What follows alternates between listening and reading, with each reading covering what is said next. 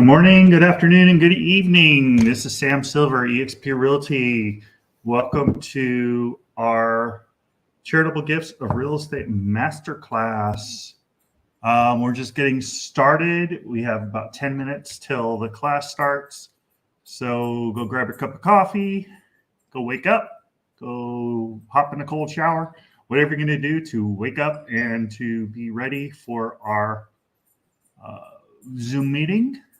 If you want to come to the Zoom meeting, go to samraocs.com and you will see the link for Masterclass.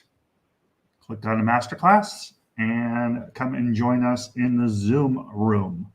So that's what we got going on this morning. I appreciate all of you for coming in, spending your time with me.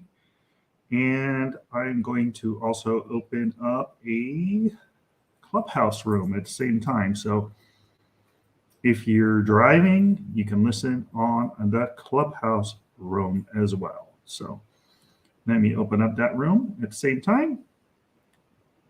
And give me 1 second. Start the room. Here we go. All right. We got our room open on Clubhouse as well. Just going to add some different topics into the room. Let's see, learning.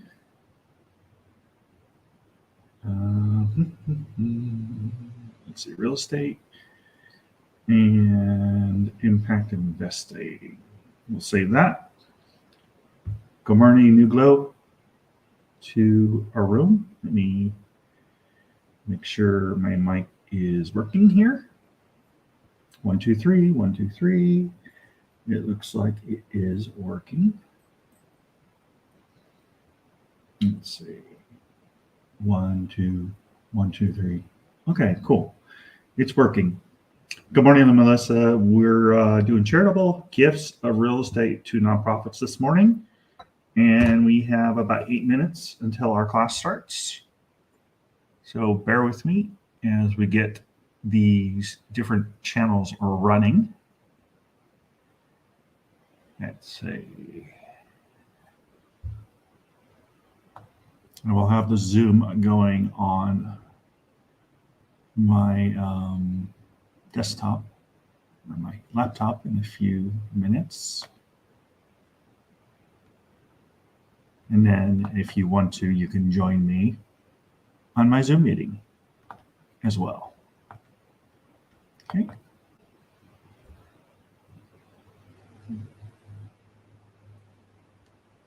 Launch the meeting. Here we go.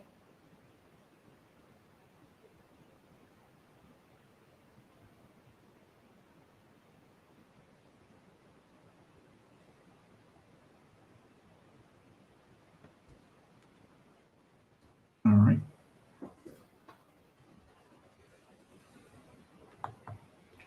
Good morning, Cami. Good morning, everyone. Let me get my computer set up.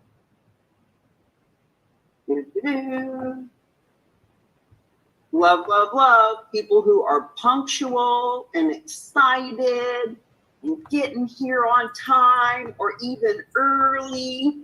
So I'm just gonna play a couple of videos and recordings, just waiting for a few more folks to come on, and then we'll go around and introduce ourselves. So let me see here. Share screen. I'm going to share sound because I've learned how to do that now. I don't even need share screen for this, but I want to play Dr. Russell James's reason why he loves what we're doing. This is Professor Russell James, Professor of Charitable Financial Planning in the School of Personal Financial Planning at Texas Tech University. You hold in your hand the practical playbook for real and meaningful transformation. This is transformation for the causes you care about, for your work, and for your life. Transformation isn't about small adjustments. Small doesn't cut it. Transformation is about going big. Yes, it's nice when someone writes a $50 check to a worthy cause, but it's not transformational. The hard reality is that meaningful change for the causes that are important in your life won't come from $10 here or $20 there. They will come with transformational funding that gives worthy charities the resources to create meaningful change in our world. Where does this major transformational funding come from? It comes from major gifts of assets, not from pocket change. And when it comes to assets, the 500-pound gorilla in most Americans' portfolio is not a checking account. It's not even CDs or savings accounts. It is and always has been one asset: real estate. That's how most Americans build real wealth. That's how most Americans hold real wealth. If we are going to create transformational change for important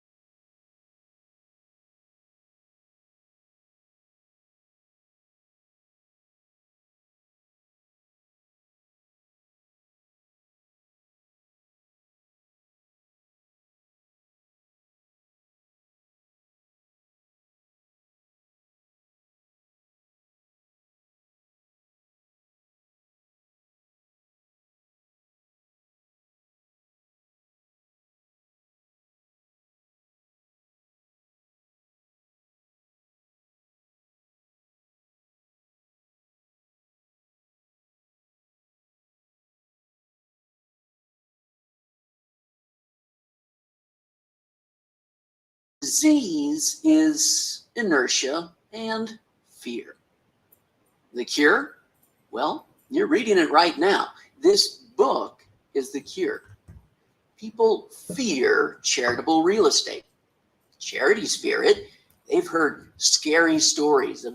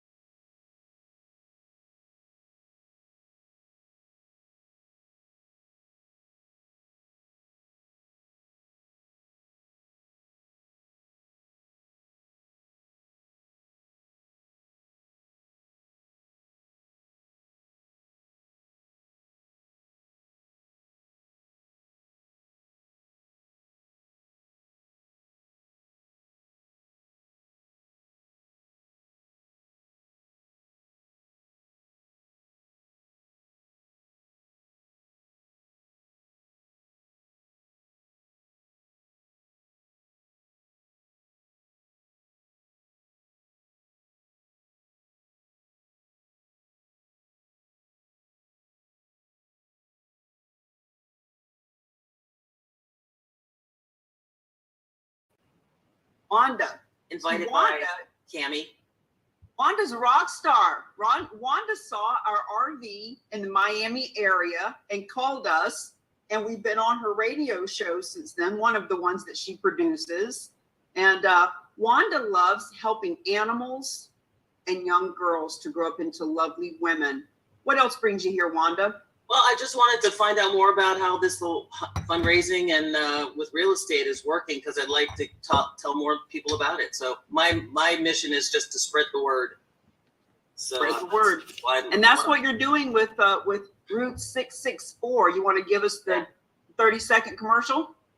Route 664, we're working on the campaign, the socialsecurity.org. It's basically donating your anything, any asset or money, and leaving it. We're trying not to supplement Social Security, but an alternative to Social Security, because we don't know what's going to happen with that. And it's just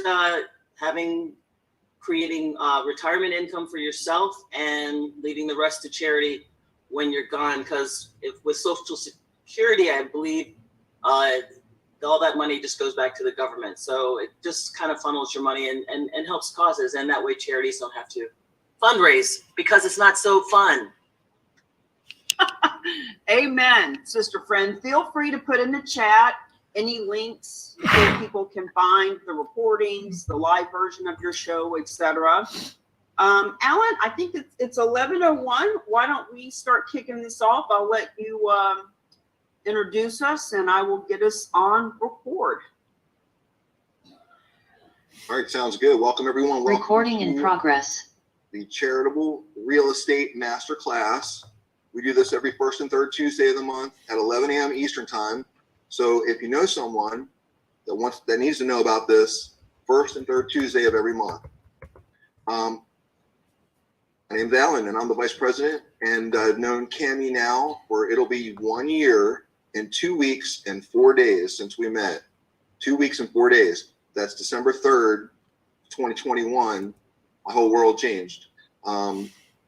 We met, and as I got to know her and learn more about her passion for what she's doing, I got to really meet someone who, when you hear about someone who's dedicated to a cause, like Cammie is a poster child for that. Like literally, my involvement in this company is an evolution of my relationship building with her, and a knowledge that for her she's so driven for this and so on purpose that the only way that I could entertain a relationship with her would be to jump in with her and work her dream with her, because it's so dominating her life. And I only say that to give her some real credibility about, like, this is a person who has a deathful experience with real estate and with the nonprofit world.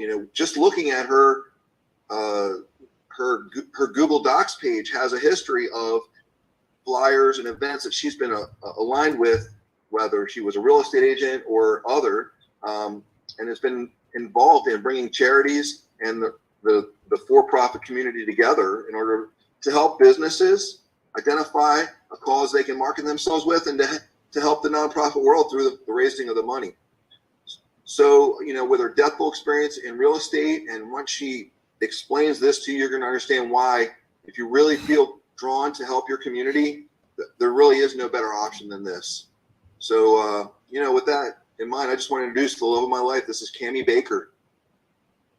Thank you, Alan. And Alan brings a lot of skills and powerful ways of being to us as well. His history is he's a veteran. He's faith-based, or Christ-centered, as I have been told it is referred to.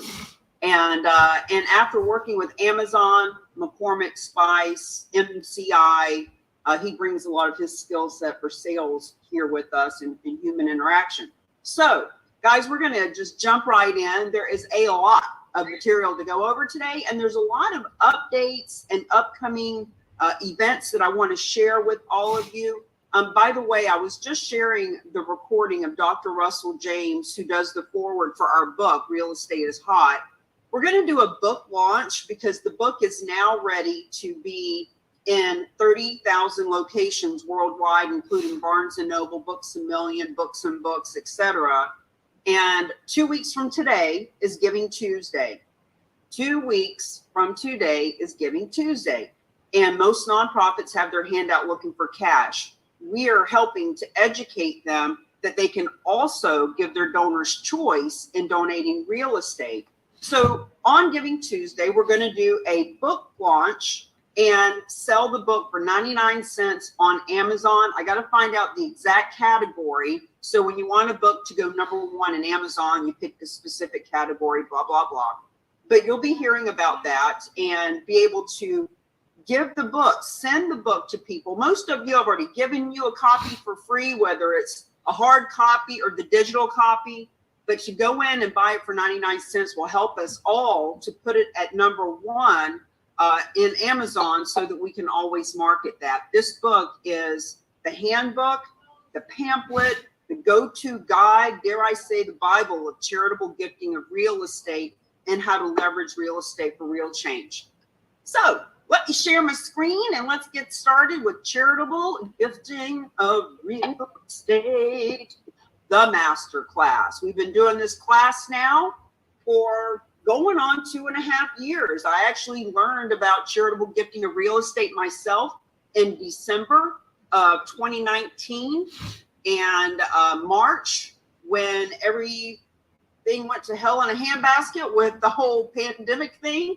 I had nothing else to do but learn about charitable gifting of real estate, because at the time I was a speaker and I was promoting my other book, and we were doing fundraisers and car shows and bake sales and barbecues and ballroom functions, and they were all canceled.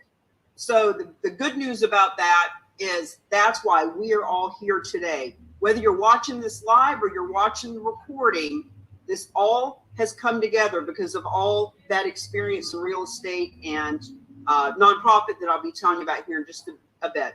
So charitable real estate masterclass, friends, this is how to leverage real estate for real change. You're going to learn all about charitable real estate, but even more importantly, what do you do with it?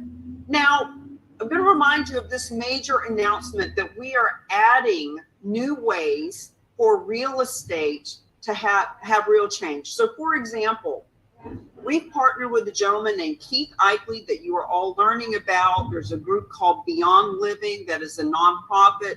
Not going to get into all the details, but Alan tonight at 7 p.m. Eastern.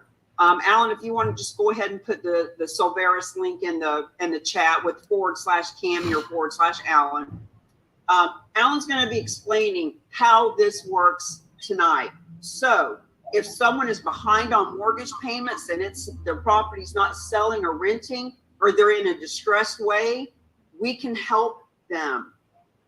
If investors have real estate that they'd actually like to make more money on their investment property with less headache and time invested in managing it, and be able to give a portion of their new proceeds to the church or to the veterans group, and even to you as a finder's fee, we are adding these ways so that, yes, the first way for us is to donate real estate to help nonprofit.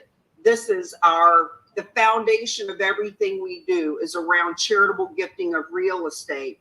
But we also know that even with $9 billion a year being donated in real estate, even with heart-centered, generous people right this red hot minute Googling, how do I donate real estate? Even though it's a big deal, it's less than 1% of people that will ever do that. So why not add other ways to help investors, to help people that are in distressed property situations, and to help you make money and the nonprofit world make a difference? So 7 p.m. tonight would be a good time for you to learn a little bit more about that. Now, warning, danger, danger, Will Robinson. So we have the warning at the beginning of the book and at the beginning of most classes we do, because we really want to grab your attention. We want you to know you are going to be learning things with us during this master class that you didn't know before. And this knowledge can either be a blessing or a curse. Because friends, when you know that gifts of real estate that leveraging real estate for real change, that nonprofits can dip into the 43% of wealth our nation holds in real estate, as opposed to the lousy 3% in cash that they've been going after. Everybody, please mute yourself out. Bo, if you can mute yourself out, don't make me go over there and do that. I just want to make sure we can stay focused. So when you learn that this is a way to help your community and causes and to grow your career and companies, if you don't do anything with it, you're going to lie awake at night not being able to sleep, knowing that the puppies aren't being saved, the churches aren't being built, there are children that are being human trafficked. And when you know that there's a way to help them and you don't do anything with it, it's a curse. But it's also a blessing when you do something with it. So my conscience is clear. I've given you the warning. And if you're going to stay with us, as I know you will, because that's why you're here, I know you're going to do something with us, and therefore it will be a blessing. So let's just start off the day answering the question that might be rattling around in your head, or the question that you're going to hear people ask of you on a daily basis. Who in the world would donate real estate? You're telling me, Cammie Baker, people give real estate away? Well, I can't imagine why anyone would do that. Friends, if you've had that thought, or when you meet people who have that thought, that's exactly the reason you might want to get involved in charitable gifting of real estate, because we need to expand the center of influence that you hang out with, so that you do meet people that are generous, that are heart-centered, that care about the community, and that have the resources and relationships in the world to be able to donate real estate. So Jeff Bezos' ex-wife donated two houses that total $55 million to the nonprofit world.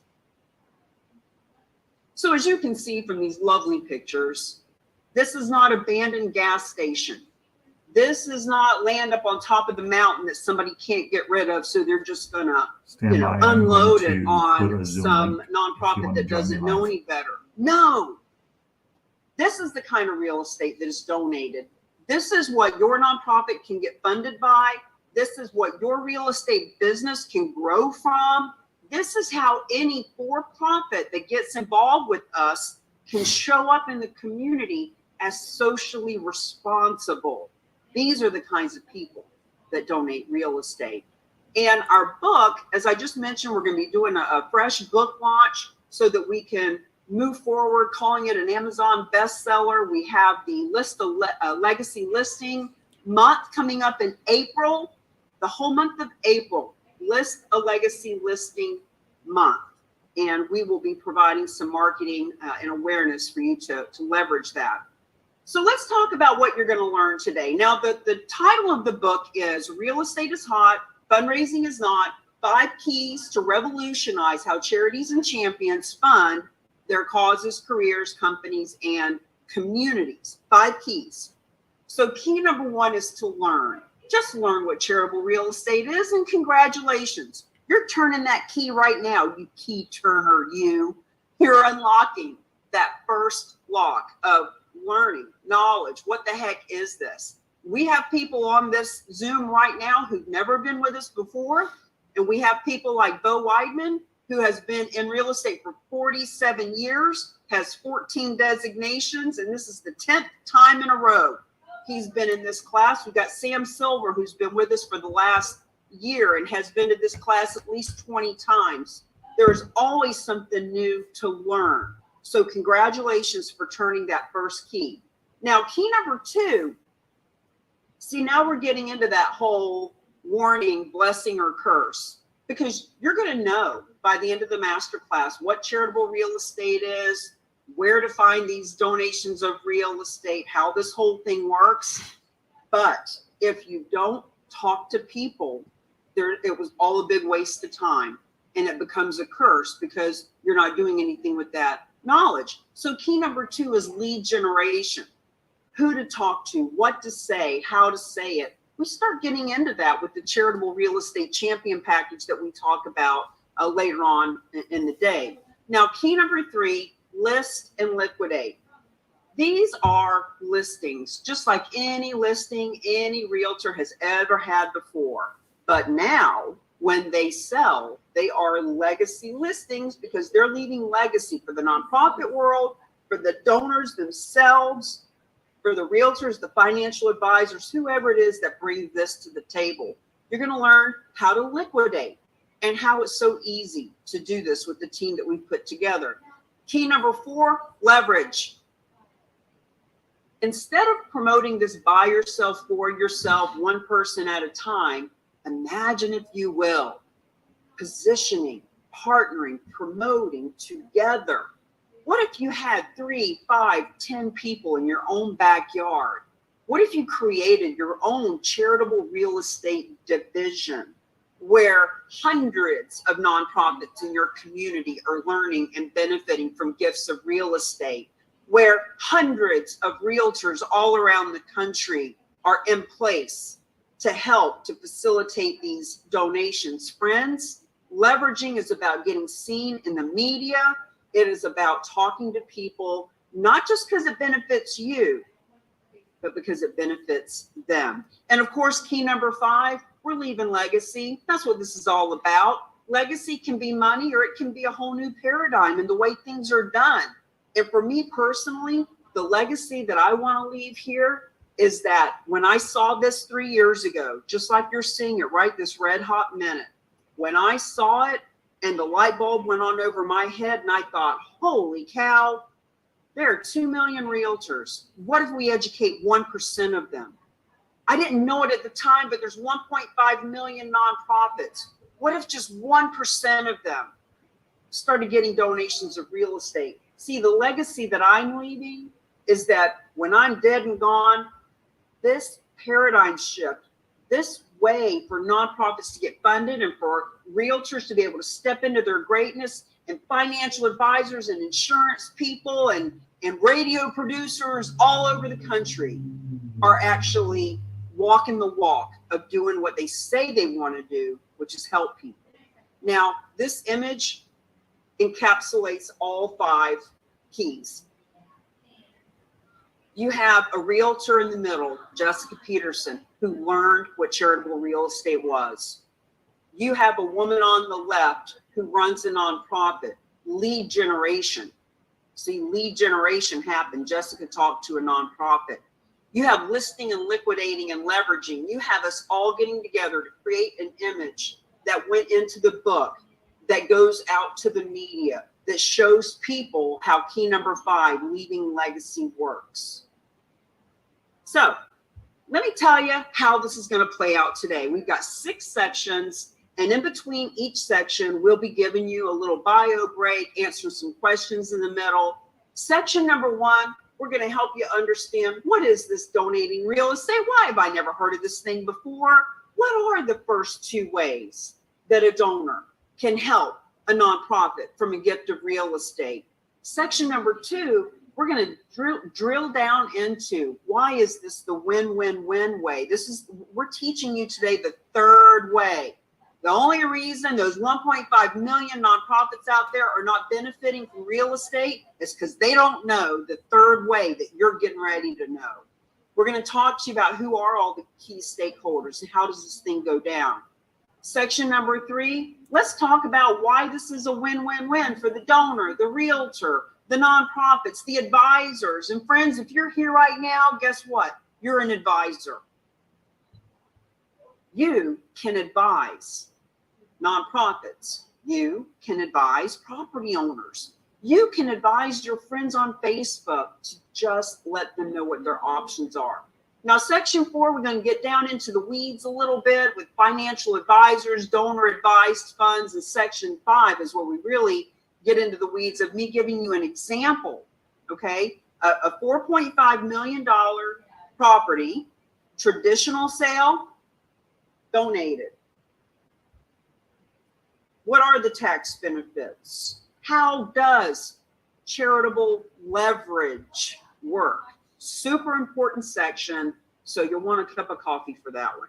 Now, section number 6, we're going to share with you, what does it look like to be a charitable real estate specialist, a charitable real estate champion, because let me just preface this with, once you've learned about this, you can do whatever you want with it for free. Just talk to people. Just tell them. Just tell the donors sitting in your church on Sunday that they can give. As a matter of fact, last Sunday, we were at a church here in the Bradenton area, and at the very end of the church service, there was a slide up on the screen that said you can give cash, you can give a check, you can give online. Here's the website. You can even give in a text message. Those are the 4 options people have. And it all came down to cash.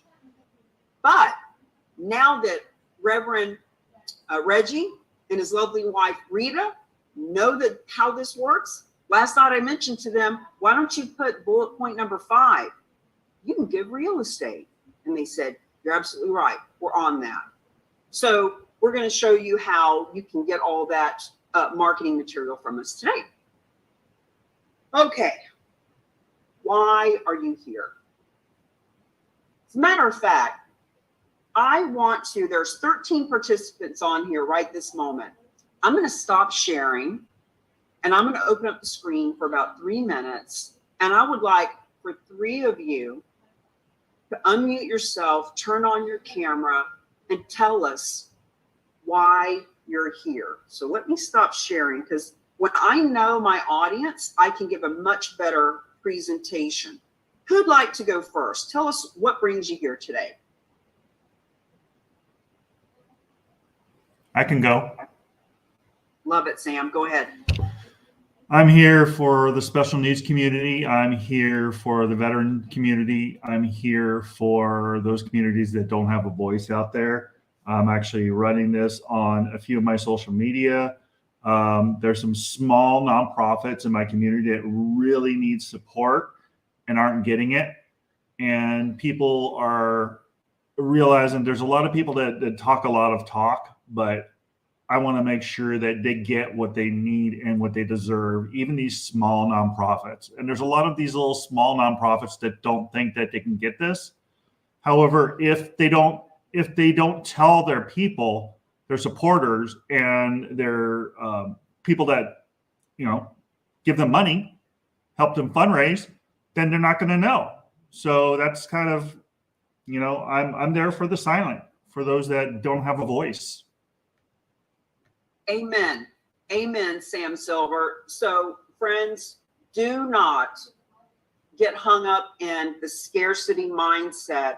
I don't know anybody that would donate real estate. Because what I'll tell you is, shame on you for assuming you know what others would do.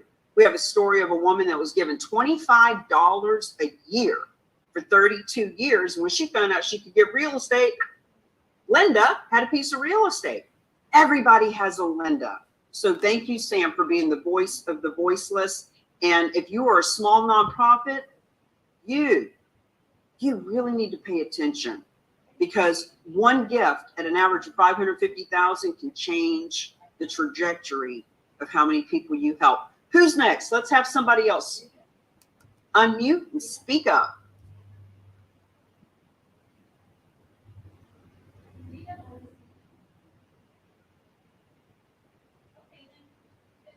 One more, or I'm not moving on. You're just going to stare at me. Okay.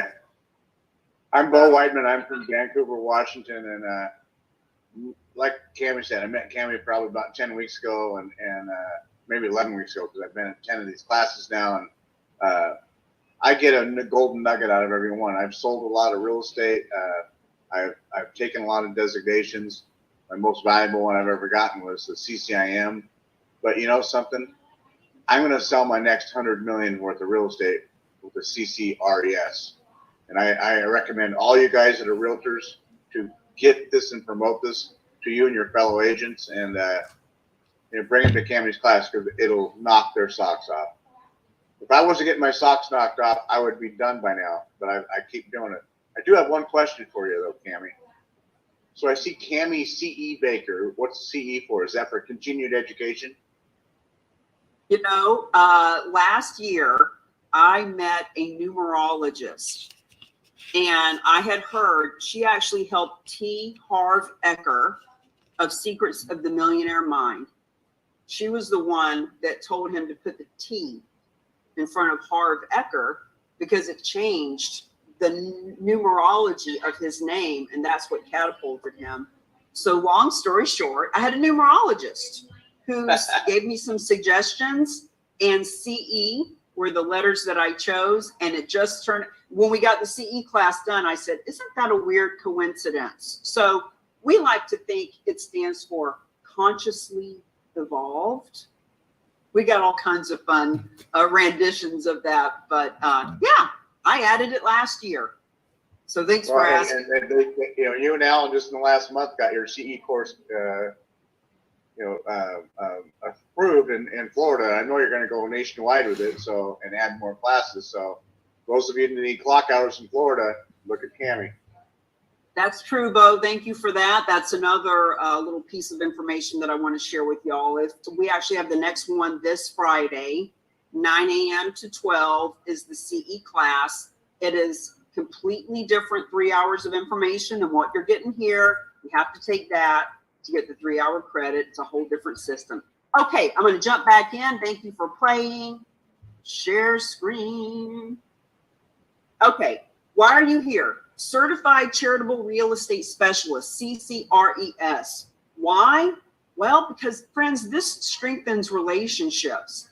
This is the secret real estate niche that is already funding nonprofits by $9 billion a year. And when you're the only one, that's really powerful. Now, by 20 in every state and every city, but you can be the one that's leading that charge to gain access to the high net worth people. Friends, multiple property owners all over this country are simplifying their estate. They're liquidating their hard assets. They are being philanthropic. They are leaving legacy. And when you are the one that is showing them how to do it, you simply build your business. It's just the way that it is. Raise your profile. We're not just a real estate agent or a realtor. We are an advisor to the wealthy. We are an advisor to those who want to show up heart-centered in the world. This raises your profile. Real estate agents earn a full commission. Financial advisors can add to their assets under management, and any for-profit, I promise you, we can show you how to double your profitability. In any nonprofit, you can 6 times. There's no exaggeration. You can 6 times what you're bringing in and do it from the same donors you already have. So ultimately, more introductions, more commissions, more referrals, more resources, more relationships. Here's what you're going to learn today. Donations of real estate are happening. This isn't something that we think is a great idea and let's petition the government and see if they'll give us a tax deduction. Nope, they did it in 1917. It's happening all around you. The question is, when are you going to be a part of it?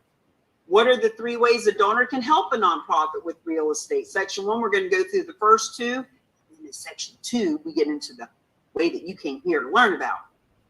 You're going to learn, why have you never heard of this? How could it possibly be? This has been around for 100 years and you've never heard of it. Well, the reason is because you don't know about the 3rd way, but you're going to today. You're going to learn why donors are trying to give real estate away and who they are and where you find them. We're going to show you how you can be the hero. Your community needs you. They need someone to bring this to them, whether it's you or your top competitor. Someone is going to show them how this works, and it might as well be you and the people you care about. Now, this is the biggest, baddest, boldest, badassest way to do social responsibility, corporate social responsibility, doing the right thing in your business, cause marketing, marketing your business with a cause in mind. Friends, when you hear my story, for many years, we were doing a fundraiser for a nonprofit. Wash, rinse, repeat again, every month, every 2 months, every 3 months, another nonprofit, another one. Friends, when you can help every nonprofit in your marketplace, hundreds, thousands of them, not by taking money out of your pocket, but actually putting money in your pocket from doing it, that is a social responsibility campaign that is not to be missed. Now, you're going to have questions. We want you to know we've been doing this long enough that about 92% of all questions are going to get covered in the material. However, we want you to not only write them down, but put them in the chat box. Raise your hand, unmute yourself, talk to us. I'm here to answer as much as I can. Alan Biles, our VP, is in the chat watching, helping as much as he can. If there's a question that comes up that we can't answer, thank you, because it gives us the ability to go find out. And the fact is, the best teachers are the best learners, and we want to learn as much as we can to help you. So at the end of each section, we will have an open Q&A section. So, once again, don't hesitate. If it's in your mind, it's in somebody else's mind, and you can help them by asking the question. Whew. Section 1. Section 1, we're going to get into the concepts and the collaborators and what is this donating real estate and who are the people that would donate. Now, we've mentioned that there are 3 ways that a donor can help nonprofits from the proceeds of real estate. Now, whether you watched one of our 101 videos, they brought you here, whether you sat in on our live presentation last night at King's Station or any other live presentation, you've been hearing us talk about the 3 ways. We came up with this way of explaining it because Alan pointed out, hey, you know what? There's 3 ways. The first 2 ways people can figure out. It's the last way that they don't know about. And that's what you're here for. We're going to drill down a little bit deeper than what you've heard us say before. So the first way that a donor can help a nonprofit, what if the donor just sells their real estate and gives the proceeds to the nonprofit world? This is a question that we used to get a lot, but now that we're explaining it, we never hear this question anymore because people start to realize this is the worst possible way for a property owner to help a nonprofit with their real estate. So let's use a scenario. Let's see, we've got Sam Silver on with us today. He's out in California. He is a big proponent of many kinds of nonprofits, but I'm just going to use veterans for today, Sam, to keep my conversation simple. So let's say Sam has a nonprofit in California focused on veterans, and that veteran group, all they said, friends, all they said to their donors was, hey, we don't know how this works, but while you're writing those checks and using your credit card, by the way, we can benefit from real estate, just saying. And one of those donors has a condo in Florida. The local one? It's $1 million condo. And what if that nonprofit said, hey, donor, go sell your real estate and give us the proceeds? The reason this is the worst way is because the donor, whether they're paying capital gains tax, whether they don't have as big of a write-off off of their adjusted gross income, there are several ways that Uncle Sam is going to get a piece of the action. So in this scenario, that veteran group is going to get the least amount of money, the donor gets the least amount of tax benefits, and it is the most inefficient, dare I say, lazy, old-fashioned, what grandpa used to do kind of a way to help a nonprofit from real estate. It is the worst way because ultimately everyone is getting the least amount of benefits.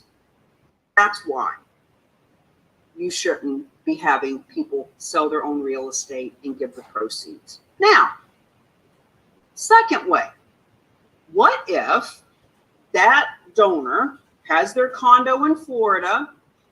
It's got $1 million appraisal. It's got a $200,000 mortgage. And the donor says, I love Sam's veteran group. I don't love them that much. I paid $200,000 for this condo 20 years ago. I want to get my $200,000 back in my pocket. And of course I refinanced, so I've got this $200,000 mortgage. So I tell you what, if this $400,000 gets taken care of, veteran group, you can have the proceeds after that. Well, that's a pretty good deal. After expenses, there's about $550,000 left in this equation. So what if that donor tries to give this scenario to that veteran group? Here's the problem. The nonprofit has to pay off the mortgage and give the donor the $200,000 cash in this scenario in order to take title, which is what gives the donor the tax incentives that they want. Have to exchange hands with a 501c3. And here's what we know. 99.9% of nonprofits will not take title to property. They're not coming out of pocket $400,000. They are not paying the flood insurance and the hurricane insurance and the taxes and the upkeep. They're not going to do it. It's too risky. It's too complicated. It's too pricey. So this is the hardest way.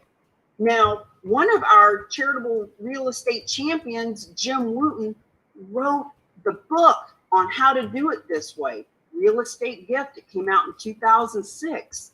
He's one of our new best friends because he wrote that book and he understands the hardest way. And if the nonprofit wants to take title themselves, then by all means, get Jim's book and he'll help them through it. The problem is it's so hard. Jim is excited that he has now learned our third way so that he can go back to all those nonprofits who didn't want to do this, because now there's the third way. And we're going to talk about that in a minute. So let's learn why real estate owners are wanting, trying, searching for ways to donate real estate, and all the reasons that these 99.9% of nonprofits are not only turning down real estate, but they're turning down the funding. They're turning down the ability to help that many more people. And friends, let's learn how charitable real estate specialists and champions are able to help all of them to get funded. So in order to do that, we need to set a little bit of a foundation. We need to get a couple of definitions out of the way so that we can move forward with a really intelligent conversation. And there's a couple of words that I needed help with and that I've noticed that others needed help with too. So let's talk for a minute about the connection between philanthropy, real estate, and the IRS tax code. So philanthropy is the love of mankind. Friends, it's simply generosity in all its forms: time, talent, and treasure. You hear the 3 T's all the time. You know, there are people who have the time and the talent to start a 501c3 because they're passionate and they got the time and the talent. But there are other people who don't have the time or talent. They have the treasure. Some treasure is cash, some treasure is real estate. So you are a philanthropist by the sheer nature that you're here. You are investing your time, and we don't take that lightly. Now, 501c3 is an IRS designation for qualified organizations that provide goods and services for the public good. We tend to use 501c3, nonprofit, charity, all kind of interchangeably, but really all nonprofits are not created equal. Not all nonprofits can give a tax deduction, but the 501c3 can, and the 508 churches can. Now, tax deduction was introduced by the IRS in 1917, and it gives people who donate to a 501c3 the ability to have a tax deduction, to be able to write off, to save money that they have to send to the government. And this law incentivized charitable giving. The government was wanting to get the community to help more nonprofits, which is why they created this tax law. Charitable giving of real estate is a charitable gift of real estate to a qualified 501c3. See why we have these definitions. It provides the nonprofit or the 501c3 an asset it can sell to fund its programs. Now, sometimes people donate real estate that the nonprofit is going to move into and manage. It could be that a church needs a hall to do their services at. It could be that it is a homeless shelter that needs more specific housing.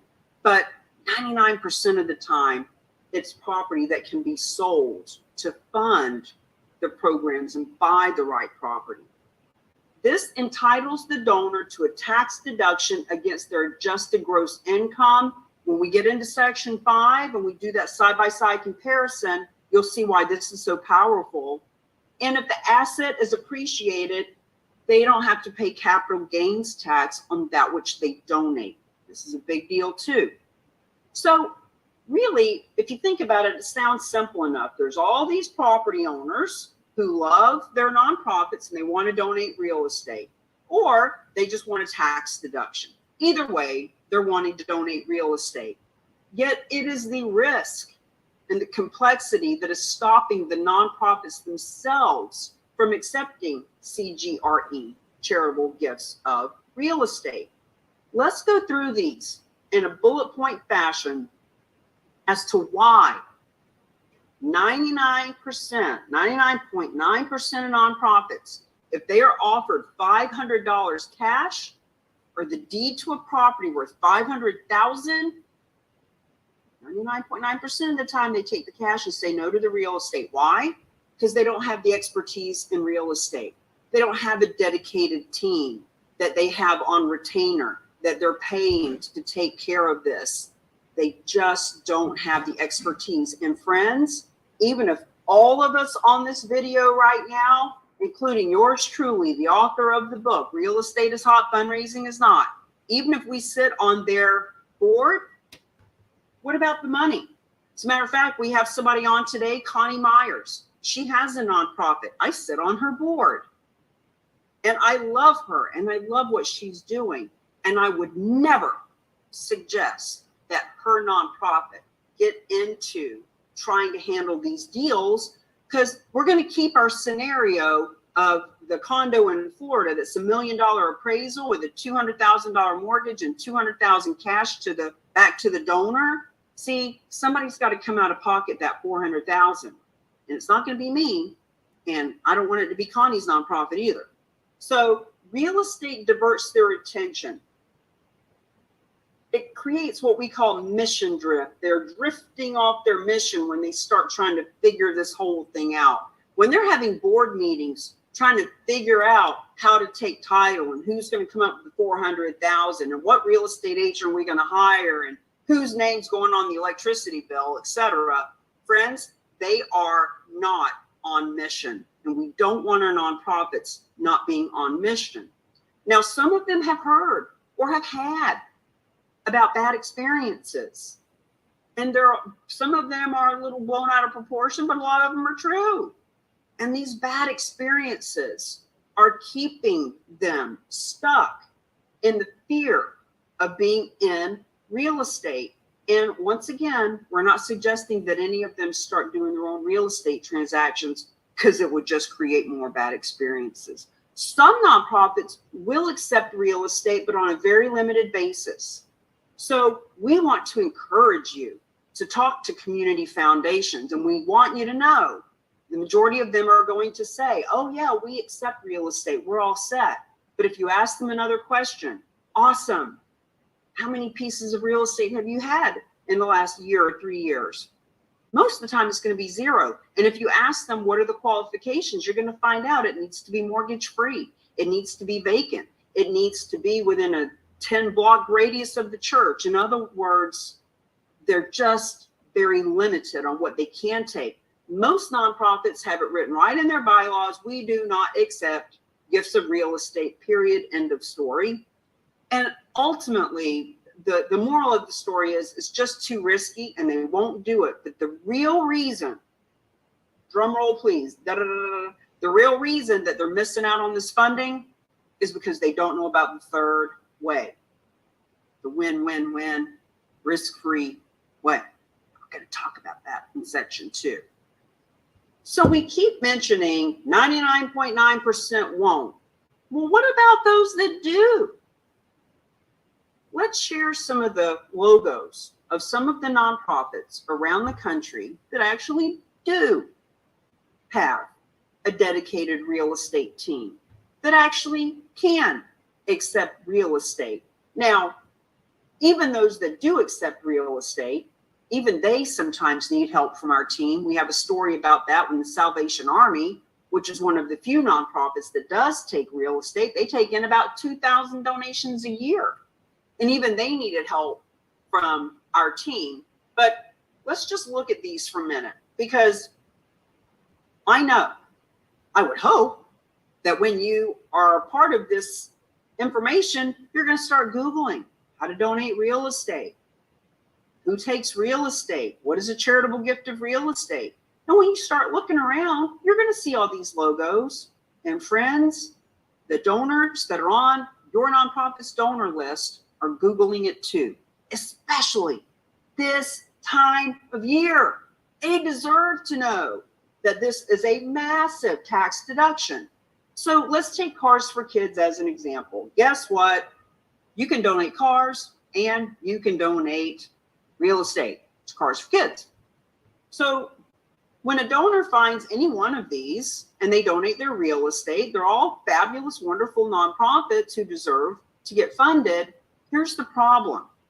When that donor is getting their tax deduction, they are not, when they give to Cars for Kids is not going to cut a check to your nonprofit or send money to your church, your veterans group, your homeless shelter. Cars for Kids can't guarantee a full commission to realtors, referral fees, etc. So when we show these logos, it's to say it's happening. It's happening all around us. It's becoming more pervasive. Every month I do another Google search and I see more and more. So these are some of the nonprofits who have figured it out and are stepping up to do big things for their community. And this is why the Real Agents of Change, the certification, the champions, what we're doing today was created because there is a need to help the 99.9% of other nonprofits that are not on that list, that don't have a dedicated team, that don't have a way of benefiting from real estate. This was created because the donors deserve to choose who gets the legacy, and because, friends, we need to become proactive, not just sit around waiting for someone to maybe decide to give a piece of real estate to your real estate office in the next 10 years, but proactively find them. So indulge me for the next 3 or 4 minutes to share with you how we all got here today. How is it that charitable gifting of real estate has been around for 100 years, yet it hasn't been taught to realtors? And why is it being taught now for all of you to learn about? So this is an image of a woman who had moved across the country, didn't know anyone, had an alcohol problem, and had recently put the plug in the jug, was a single mother living in a mobile home. And of course, the best solution for all that was to get a real estate license. Now, when I had this image taken, I was about 2 years into my career. But one of the reasons that I got a real estate license was because I wanted to spend time with my daughter. I wanted to be at her field trips, which is what that last image is. I wanted to be able to take her with me to the office, to showings, to go and doing things in the community. So when I first got my real estate license, I was completely ignorant about how real estate worked, how fundraising worked. I just knew that it all needed to work for me. So as I continued on in my career, I first started with RE/MAX, I brought the Remax hot air balloon to several events. It's something that all Remax agents have the ability to do, but I've yet to meet one who's actually done it as well. But it was a great way to be seen and be heard and to bring the community together. The second photo here is at the Boys and Girls Club in Bedford, New Hampshire. We were bringing businesses together, face painting, karate, all these businesses that came together to meet and mingle and make money, making a difference. Cause marketing our businesses with a cause in mind. I was with Century 21. I did a TV show with them called The Real Estate Roadshow. And I show you all this to say, I wasn't just sitting around doing uptime. I was in the trenches.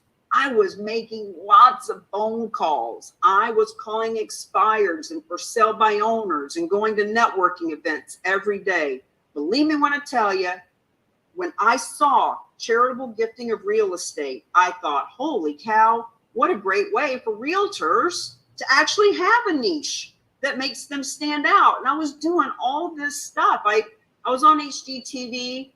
The first show I actually auditioned for, and then they introduced me to House Hunters, and I did that show. And this all led to the first big commission check that I had. I bought my dream car, 64.5 Mustang convertible, and that car led to me doing parades and car shows. And frankly, that car, whom we called Scoop, because she had a scoop in the hood, that car is what brings us here today. Because the very first car show, I was out handing out flyers willy-nilly, and we got 50 cars to show up. And every car had a $20 bill, and they wanted to register. We didn't have any way for them to register. We didn't know what we were doing, completely ignorant and green, just wanting to bring a bunch of people together and get some PR. But it dawned on us. 50 cars, 20 bucks a piece, that's $1,000. There's a lot of causes out there that could use $1,000. So we found an organization called the Live and Let Live Farm that rescued horses. And for the next 7 years, we were given the proceeds to that nonprofit and many others in the area. And here's what I learned. Even when people didn't care about real estate or Remax or Century 21, they loved that we were doing something for the horses, for the veterans, for the community. And so over time, I started teaching other people how to do it. Cause marketing your business with a cause in mind. This picture is so important to me. This woman, Karen, who was the president of the Board of Realtors at the time in that state, hired me personally to teach her how to leave her legacy before she left her office. She wanted to make sure that the community was better for her having been in it. And so we did this diaper drive. It was one of the many things we did together. These women were coming off opioids, and so we got all the realtors and financial advisors and mortgage companies and title companies and businesses in the area, and we raised up 8,000 diapers. This is a Botox doctor who hired me as well. We did drives to bring more people through her door. And Jacksonville Real Estate Investor Association, they wanted me to come down and speak. And I said, only if I can practice what I preach. We have to do social responsibility as part of the whole dog and pony show. And so they did. Those are all jackets and blankets and things that we gathered up. And I flew down and did a presentation for about 300 people that day. So I have had clients that have wanted to help Habitat for Humanity. Karen, the Board of Realtors president, we created Realtors for Recovery. It was all about addiction and helping the addiction opioid issue. I was in New England, and so Boston, very, very cold. We did coat drives, sock drives, you name a drive, and we've done it. We even had bra drives. I did 2 bra drives around October and Breast Cancer Awareness Month. We did events for animals. This was a poker run that helped veterans and addiction. And of course, this is a Hero Box, which we packed up boxes to send overseas for our enlisted folks. And I want to share all of this with you because, people like Jim Wooten have been around for 25 years, helping with charitable real estate and doing it their way. And when I first saw this, it was all of this real estate experience and the cause marketing campaigns, the networking, the putting events together, the bringing nonprofit and for-profit together that has led to what we're doing today. Yahoo Finance wrote an article about us back in November about how this is evolving. We had our book launch in Sarasota in June. And actually, it was this article in the Business Observer that had Goodwill and Easter Seals. Get up there. They had Goodwill and Easter Seals call us and say, hey, we have 200 smaller nonprofits that need to know about this because they're hurting. Their doors are closing. Can you teach them? And we said, absolutely.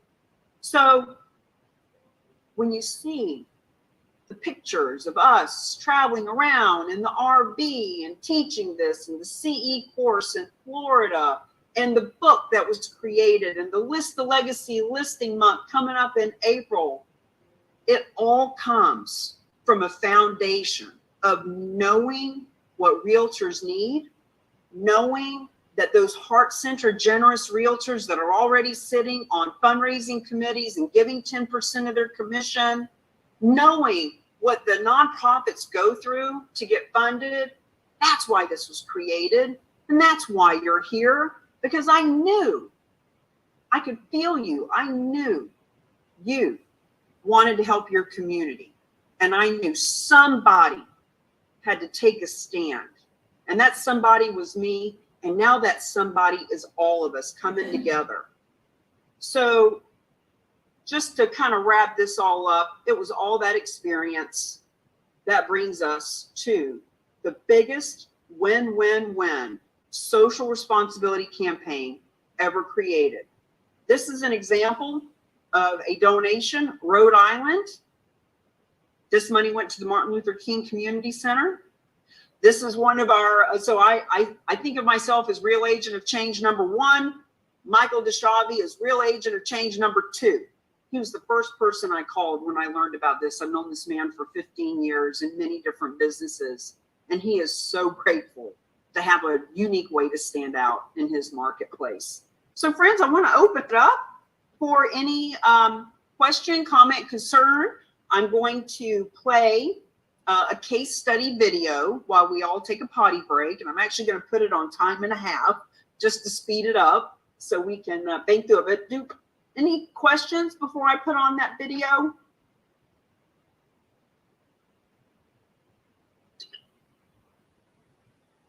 All right, here we go. So I'm going to share screen. It is 11:58. We're going to come back at 12:05. So you can listen to this in the background while you take a potty break. And here we go.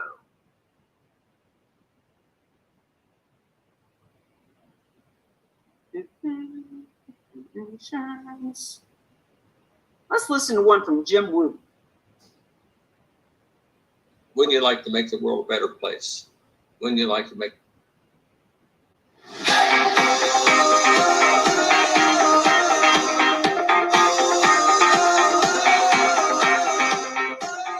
Jim Wooten and I are talking about tons of different stories around property that has been donated to benefit nonprofits. Jim, this is a fascinating story we're just chatting about. Tell us about it.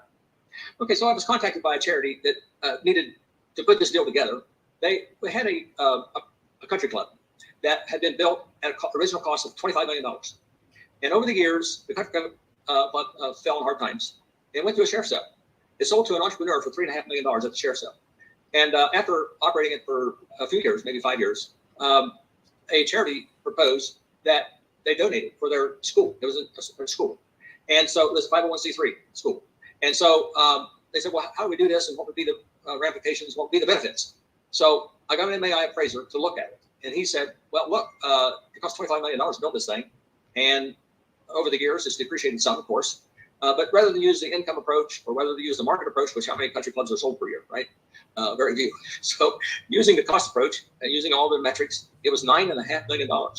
And so they did it. I put together the paperwork for them and we got it all done. He got a $9.5 million write-off. And with the tax savings alone, he had more tax savings than his original cost on the property. So plus he was able to make a tremendous difference. That's the thing. If you don't have donated intent, I think IRS, by the way, they won't honor this unless there's donated intent. And you have to say so. And you have to say so in writing before the closing. Now, it can be a letter. You can say, the seller intends to make a charitable donation of the property at 123 Main Street to the buyer of 501c3. You can just do that in one sentence. But it's really probably better to put it right in the purchase contract. Put it right in the purchase contract. You don't want this thing to foul up just because you didn't declare donated intent. And so, of course, that was done here. So, yeah, I mean, there are more than one way to do this. I also want to say, I think I want to touch on the fact that the tax savings, every time you make a donation, that's one asset that's not going to go to your heirs, right? The kids are thinking about this. And you don't want them telling mom and dad, don't do this. That's something I'm supposed to get, right? So here's the thing. With the tax savings, oftentimes, they can pay for a life insurance policy. They'll give the kids even more than the value of that asset. It's just something, a tool to have in the back of your head, to get some life insurance. Go ahead. Amen. I love that you bring that up a lot because it's one of the things that we even say for financial advisors. Hey, listen, if your client wants to get a couple $100,000 out of that property to buy life insurance policies for kids, well, that's even better for you, financial advisor. I'd like for you, Jim, also to speak on that property donor had paid $3.5 million, and now that it's being donated at an appraised value of $9.5 million. What are the key points? Like there's capital gains tax that they're avoiding. What are some of those tax benefits for a donor like that? Yeah, well, that's a big one right there. Capital gains tax is avoided, and so that's fabulous. But also the tax savings from the charitable gift, they can write off 30% if it's an individual, or if it's an LLC. If it's an LLC, it's just fine. All the members can take their pro rata share up to 30% of their own adjusted gross income, line 22 on their 1040. They can write off 30% per year for up to 5 more years, total 6 years. So that's real money. If they otherwise have a tax to pay, that means they're going to have the tax savings. So for some people, I mean, I've even had people. I'll give you a ridiculous example. Is it's paying it. If you say the charity could pay $200,000 so they could buy a life insurance policy, even if they paid 80%, and the seller would be saying, well, look, 20% gift. If I get the deduction, my taxes are 30. You got the capital gains tax in a high bracket. You got the state income tax. We do in Ohio. I don't know. I think some states are even more. And you have the 3.5% Medicare tax. So you add all these up. It's a bunch of money. It'd be around 40%. So he's looking at that, and he says, look, if this thing I've been trying to sell it, if I was going to reduce the price 10% next month anyway. They might say, wow, what are we waiting for? Let's do this. There's no reason not to do it. But they do have to have donated intent. I would like to go to the donor with some literature about this, if it's the pet people or if it's the veterans, if it's a church. I'll say, look, these are good people doing good work. They don't have horns. And I do say that, by the way. So, we want to make sure they do have donated intent. Wouldn't you like to make the world a better place? Wouldn't you like to make a difference in the lives of people? And say yes. There you have it. Another story. Okay. It's 12:02. So we've got another 3 minutes. If there's any question, I'm happy to address it, or we can just wait until everybody gets back from their potty break. Anybody else want to introduce yourself? Coach Trey, I'm excited to see you here. I saw we had a little chat last night on the live event. Beautiful. Ralph, Yes. Sue, go ahead, Coach Trey. Say hello. How you doing? I'm not on camera because I'm in the hospital waiting for a procedure, but it's being delayed, and I just want to come on and get more because I have some questions, but I want to see this. If I don't see it all, Sam said he'll give me the video, the recording. But I do have some questions. Nothing serious, but I was up half the night going over the videos because I'm in a situation where I'm able to connect with some historically Black colleges, HBCUs, some veterans organizations, and some nonprofits here in the Delaware Valley area.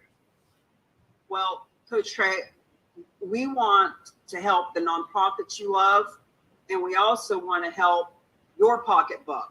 So there are ways that you can get referral fees, if that's any question. Sometimes people ask about that, and we'll get into that a little bit more later, and or as you become a charitable real estate specialist and champion with us, we talk about a lot of that. So glad to have you here. And look, you know, it's a really simple concept when you really just kind of think it through. There are real estate all over the country that people are wanting to donate. And, you know, they call their church, they call their veterans group, they call their university. And 99% of the time they say, no, we don't take real estate. So we're simply providing the bridge. We close the gap between the nonprofits and the donors, and we help to bring the for-profit and the nonprofit together to leverage this as a social responsibility campaign so that businesses can be seen in a beautiful light of giving and generosity. So glad you're here. Just hang tight, and hopefully your question will get answered. It is 12:05, and we want to stay on point. So I'm just going to jump into the next section. The next few sections are a little bit shorter than the first. Sue says she has another Zoom to get on. She's a realtor in St. Louis. Sue, glad to have you. A lot of people that have to jump off midstream will come back to the next one, and we can always get you the recording, etc. So just reach out to us and let us know how we can support you. All right, here we go. Let's get into about how and into the next. Okay. Section 2, benefits and strategies, and third way, the win-win-win way that you came to learn about. So remember, we talked about how donors can sell their property, just good old-fashioned traditional, go sell your real estate and give some of the proceeds to the nonprofit world. We talked about how that's the worst way. It is the least beneficial way for everyone involved. The second way is if the donor gives that real estate directly to the nonprofit that they're wanting to benefit. But the fact is, 99.9% of the time, it's just a flat out no. The nonprofits won't take the real estate. And even if they did, it would be months of board meetings and trying to figure out. It becomes painful for the donor. It's time consuming for the nonprofit. And ultimately, it is the hardest way. So the third way is the real agents of change have created a team of experts that remove all the risk, all the liability, and has no money out of pocket up front. So there's a third party, specialized nonprofit, we call them. They are a 501c3. Now, there's a handful that we've actually met over the last few years, but there's one specific one that we talk about the most because they are the best in the industry. They do these transactions for Fidelity Charitables, Boys and Girls Club, Habitat for Humanity.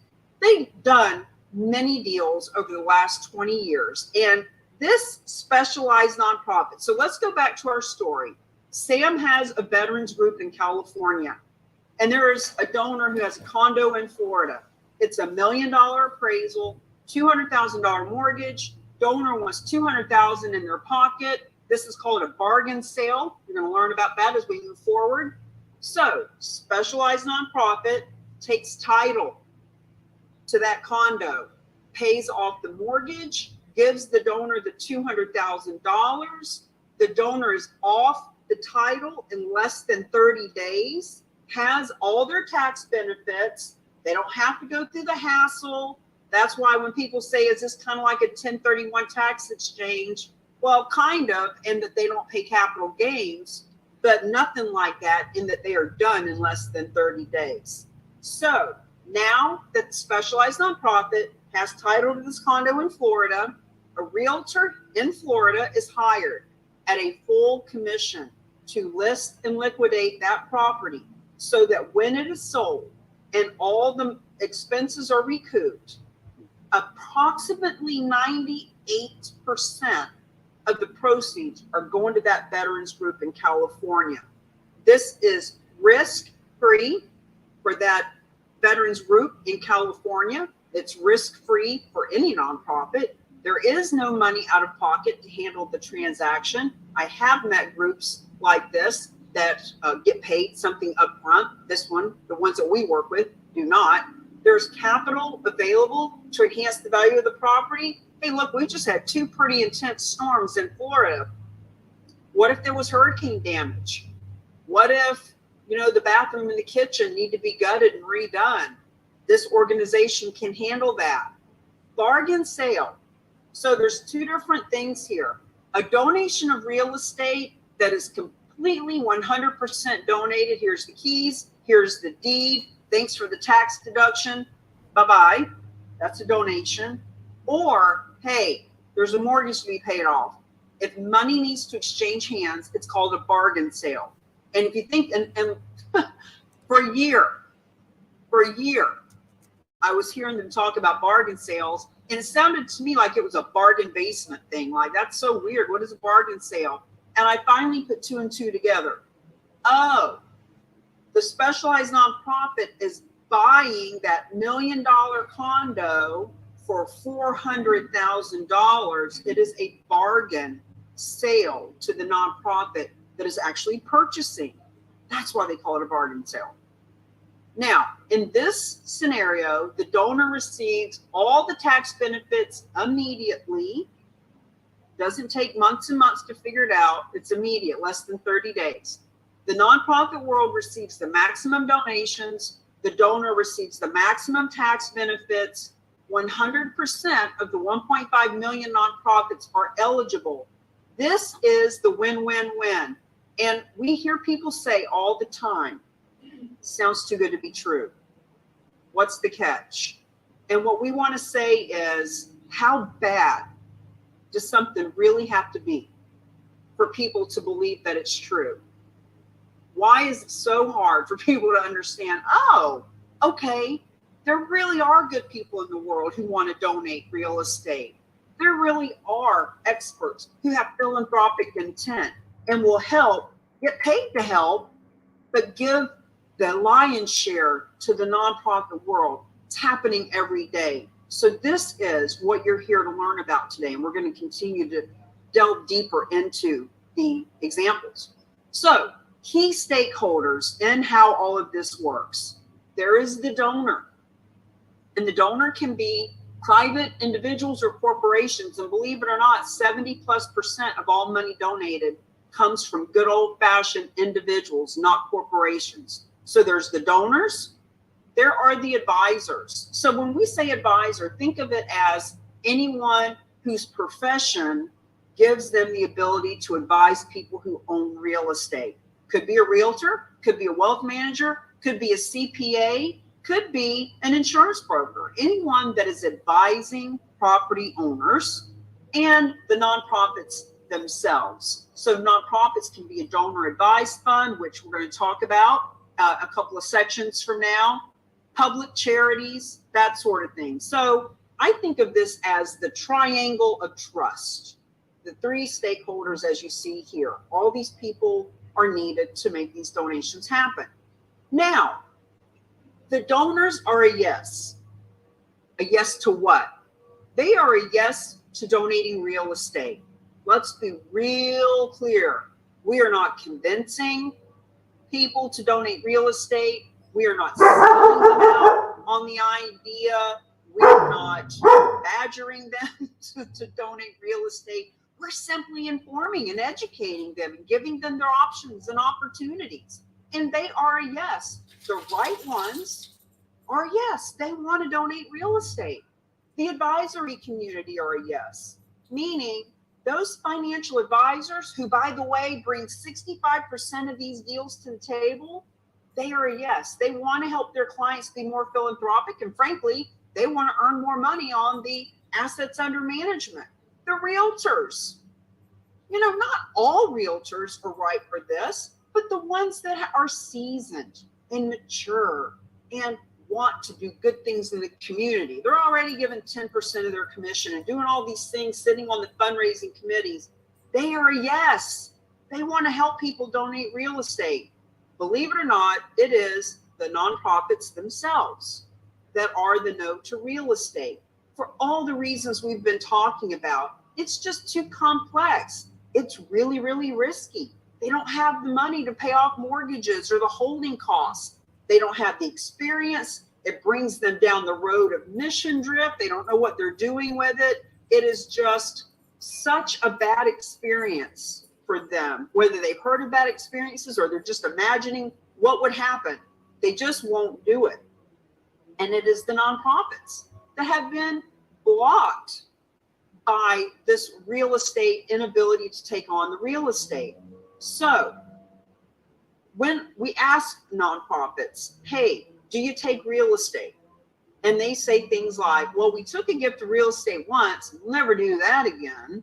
As a matter of fact, there's a Boys and Girls Club right here in Florida that did take a golf course about 10 years ago. And I want to say they got about $10 million for it. They've been riding on that funding for a long time, but they will even tell you they'll never do it again. It was so time consuming. Or they'll say things like, well, yeah, we do accept real estate. Remember, the community foundations, a lot of them will, but only on a limited basis when the board takes the time to approve, and only if there's no money involved for cash payments. So ultimately, they are a no to most offers. So the team that we have includes this specialized nonprofit that we've mentioned. And their mission is to accept real estate of any kind from anywhere, taking on all financial responsibility, any environmental risk. Cammie, what if it's contaminated? Doesn't matter to you or me. If they're willing to take it on and clean it up, that's their thing. So they take on all of these risks and they convert the asset into cash that can then be granted to the nonprofits that the donor designates that they want to have them. Friends, it's that simple.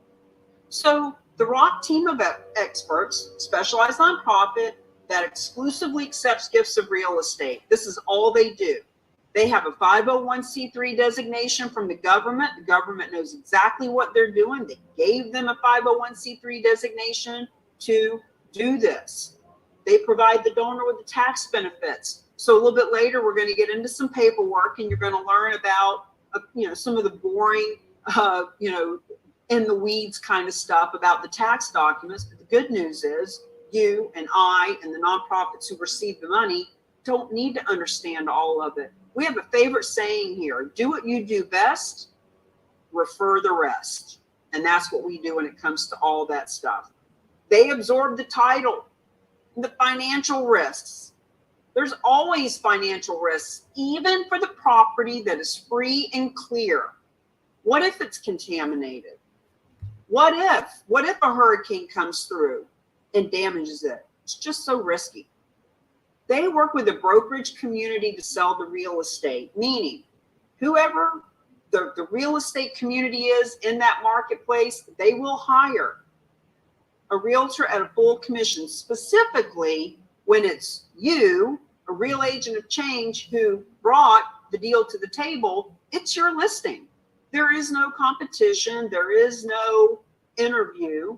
You're doing it, assuming that you're a good realtor, obviously, and have integrity and are easy to work with. And they grant to the other nonprofits the bulk of the cash proceeds. Ultimately, when the expenses are covered, they keep, and they don't like the word fee. They don't like percentages. They are a nonprofit. They keep a piece of the donation, and it's typically less than 2% at this point. So the awakening, non-cash versus cash gifts. This quote, this statistic is from Dr. Russell James, who wrote the foreword for our book.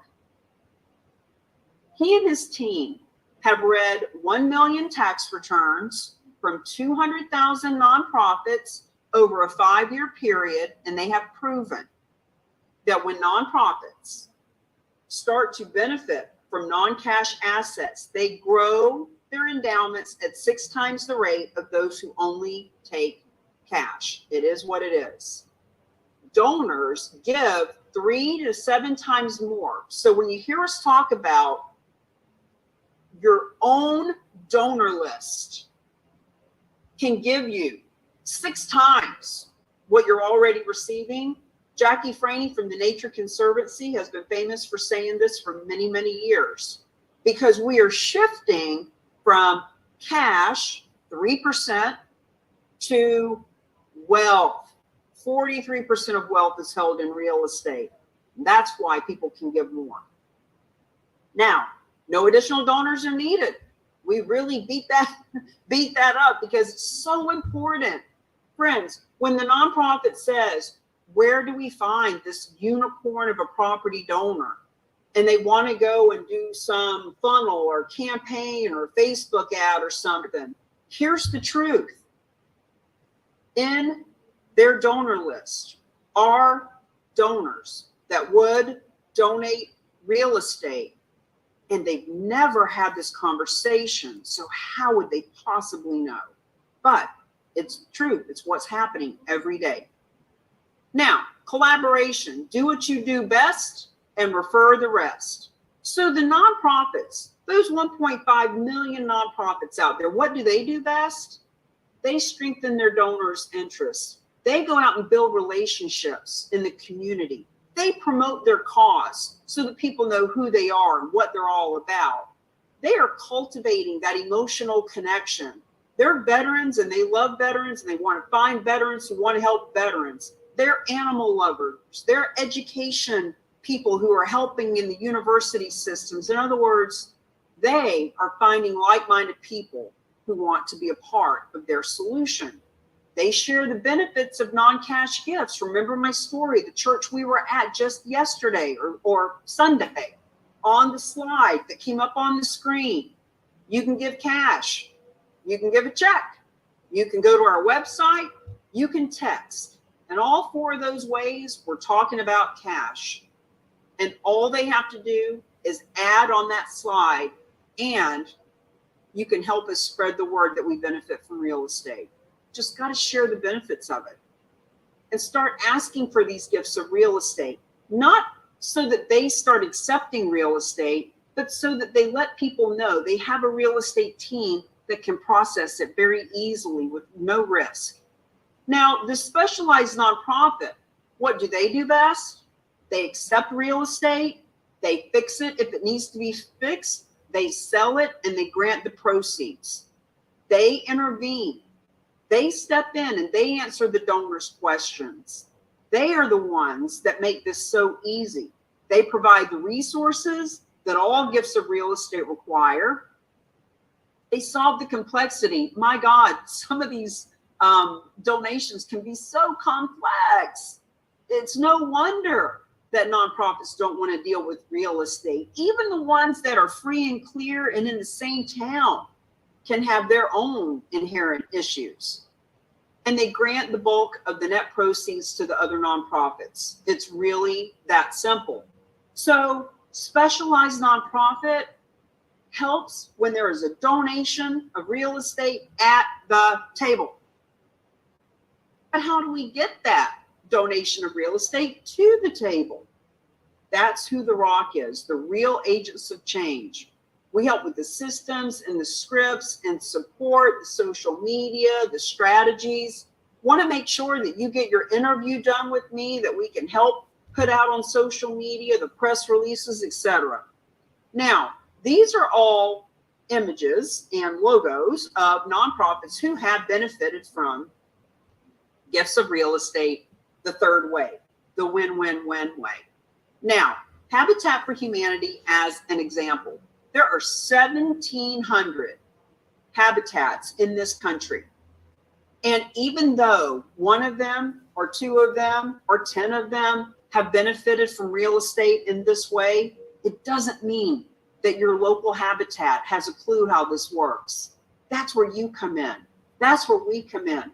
We need to educate the Boys and Girls Clubs of America. All of these nonprofits don't necessarily talk to their sister other branches. It's our job to do that. Now, Fidelity Charitables is the largest.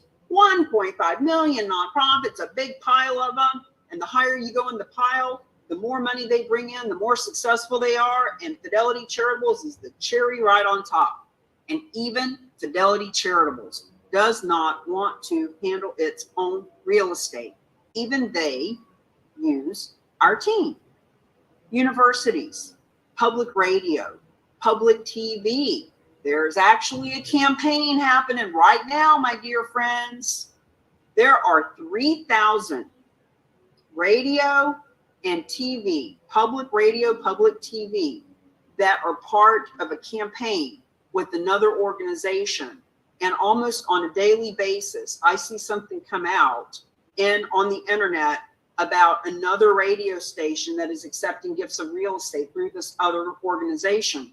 And the point is your donors are seeing those ads. We need to let them know that you can benefit from real estate too. Now, this is our favorite recent case study. This is about Berkeley Humane Society, and here is the story. December 10th, last year, property owner has 13 lots. He calls the team, it's a Sunday. Hey, I need a tax deduction this year. Got 21 days left in this year. I've got real estate. Can you make it happen? Now, see, if he had called any random Boys and Girls Club, Humane Society, church, etc., even if they would take real estate, they wouldn't have been able to get this done in such a short period of time. But the team that we leverage, this is all they do from morning to night, is handle these kinds of deals. So they said, yes, we can.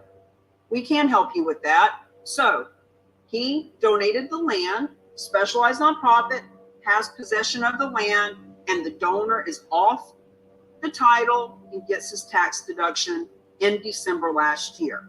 Now, specialized nonprofit puts the land on the market to sell.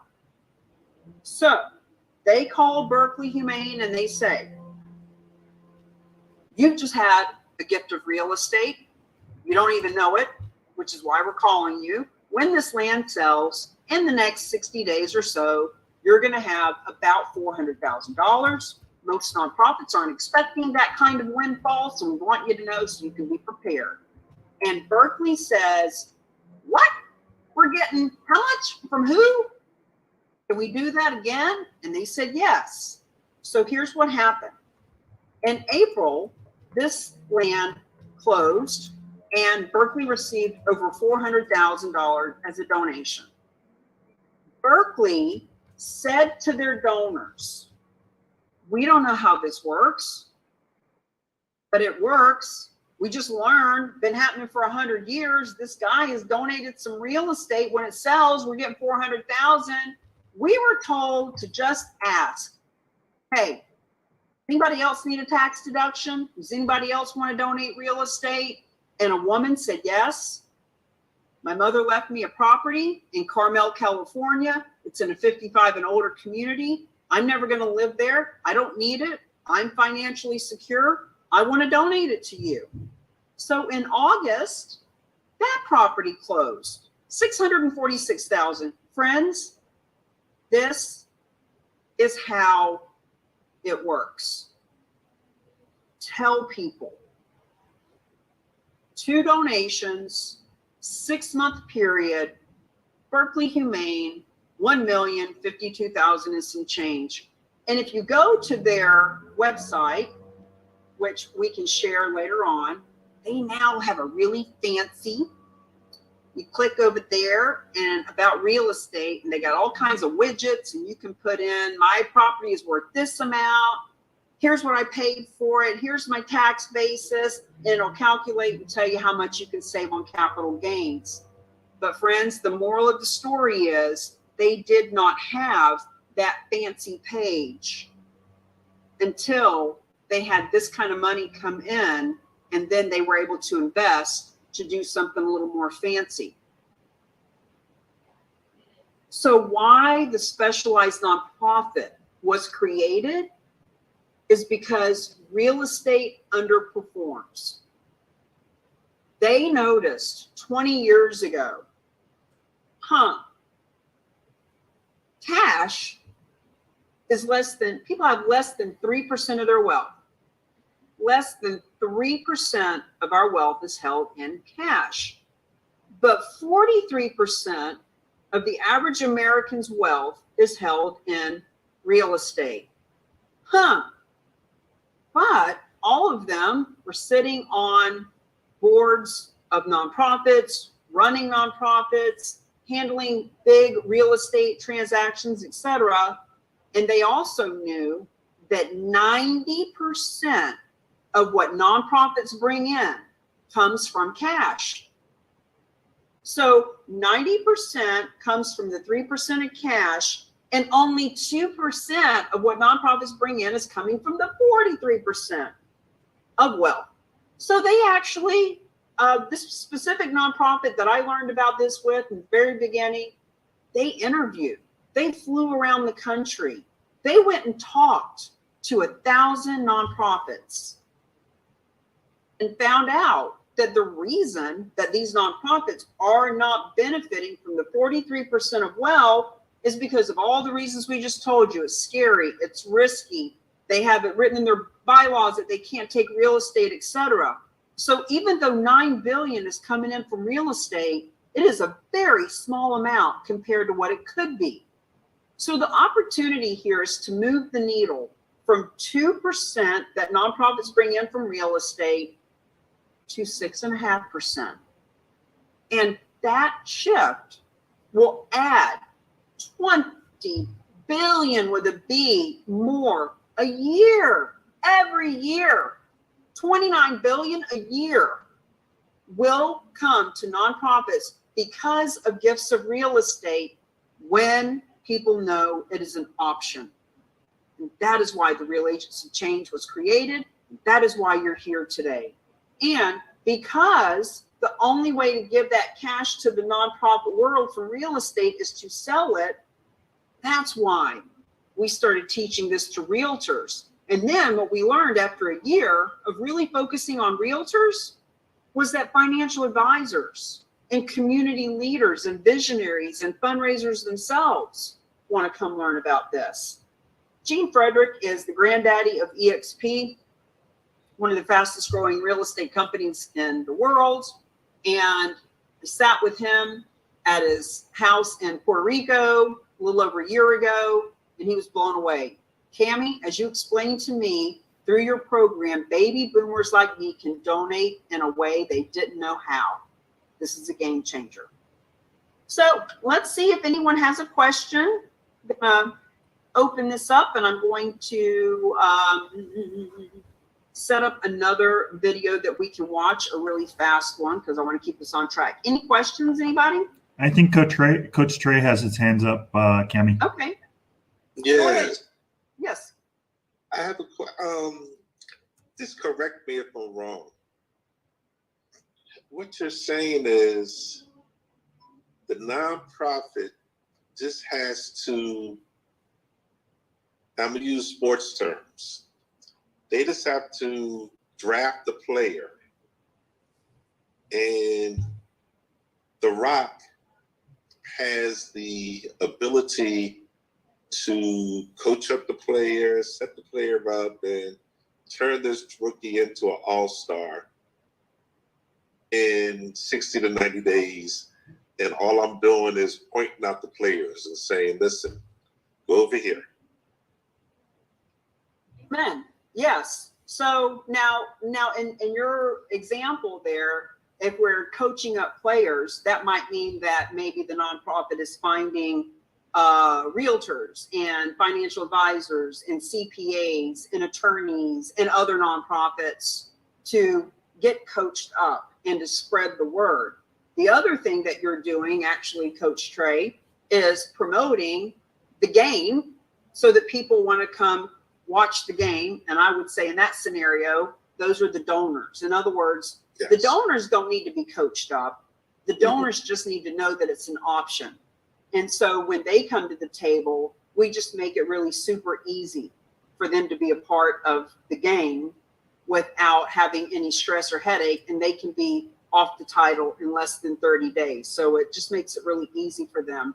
So yes, as you help us to spread the word, and just don't get too hung up in trying to understand everything. Alan has a great analogy. on your nonprofit's website, just like any nonprofit.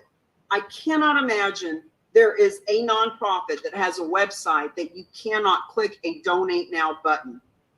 And when you click on the donate button, you can put in your Visa, your MasterCard, your American Express. You can donate through a credit card processing. And the nonprofit doesn't know how to process a credit card. The nonprofit doesn't know what your credit score is or how much available you have on your limit, or if you're even going into debt by giving them money. They don't know. You just click on the button and you donate money, and the credit card processing puts money in your account in 2 days. It's the same thing here from the perspective that the nonprofit doesn't need to understand what the forms are for the IRS. They don't need to understand how much equity is needed or where the property is, or is it contaminated, or what are we going to do with those water rights for this lakefront property, right? They just need to introduce us. We take it from there. And just like the credit card processing, you have real estate processing, and you get the money when the real estate has been liquidated. Got you. Okay, this is similar to me coaching, because I coached youth football, but I was a basketball player. So I didn't know the football terminology, so I just put former football players around me to coach. And if we won, they get the accolades. And if we lost, it's my fault. Okay, all right. All right, thank you. Yeah, thank you. Thanks for being here. Anybody else have? Okay, I see Deborah has. Okay, hi Deborah. Hi, how are you? Fabulous.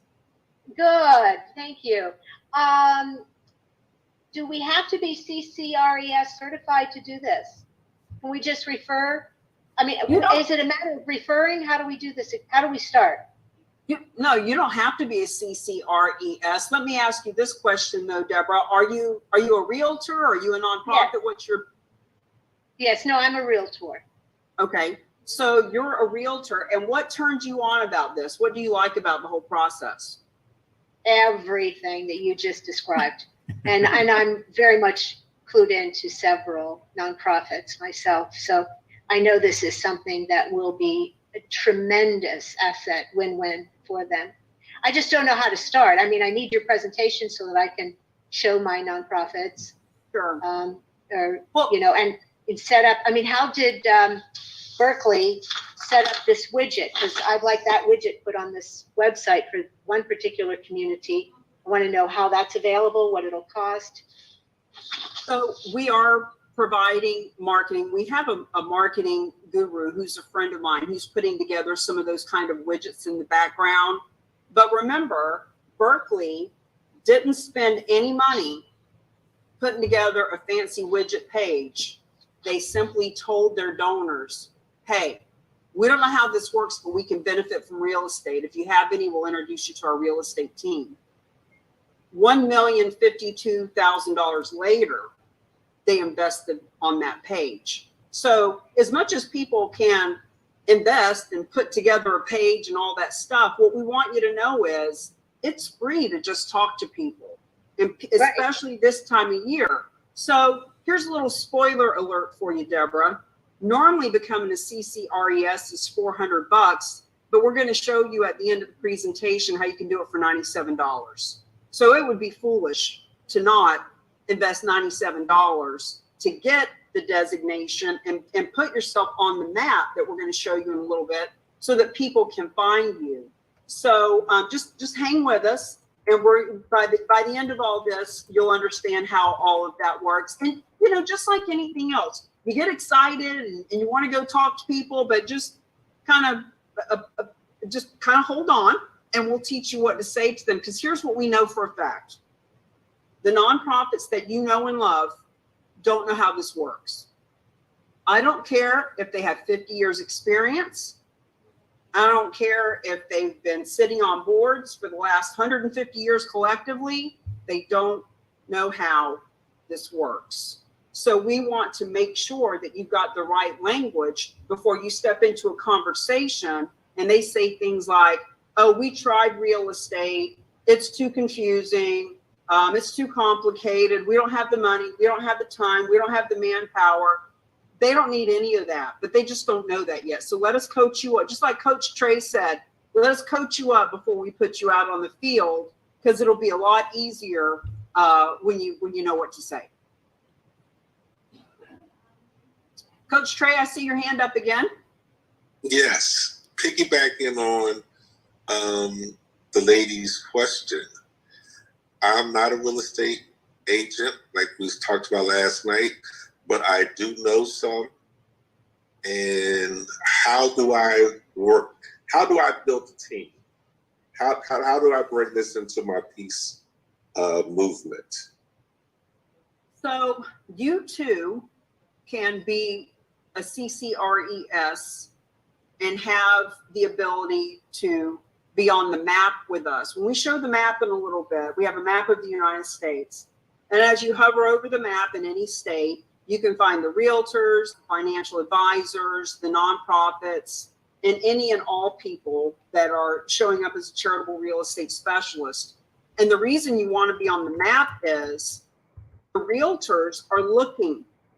You could ask Sam Silver. He could get on a soapbox about this for an hour, but I'm going to hold you on that just for now, Sam.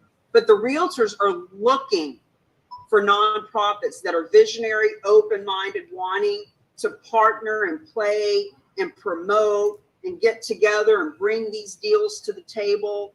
So when you show up on that map, not only can donors find you, but realtors can find you, other nonprofits can find you. So our goal is to have 1,000 people on that map over the next, I'd like to have it done by the end of the year, 1,000 people. And that's why we've made it so ridiculously cheap at $97, so we can just get a bunch of people on the map so we can all play together on the field of life.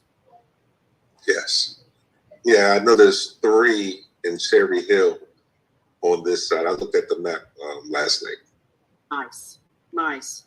Okay, Alan has put the interactive map up. I'm going to keep this real simple. I'm not going to play a video for now. It is 12:42. I'm actually just going to come back at 12:45. Let's take a 3-minute little bio break and come back, because there's a lot of questions, a lot of need to learn how this works. So we'll be right back in 3 minutes.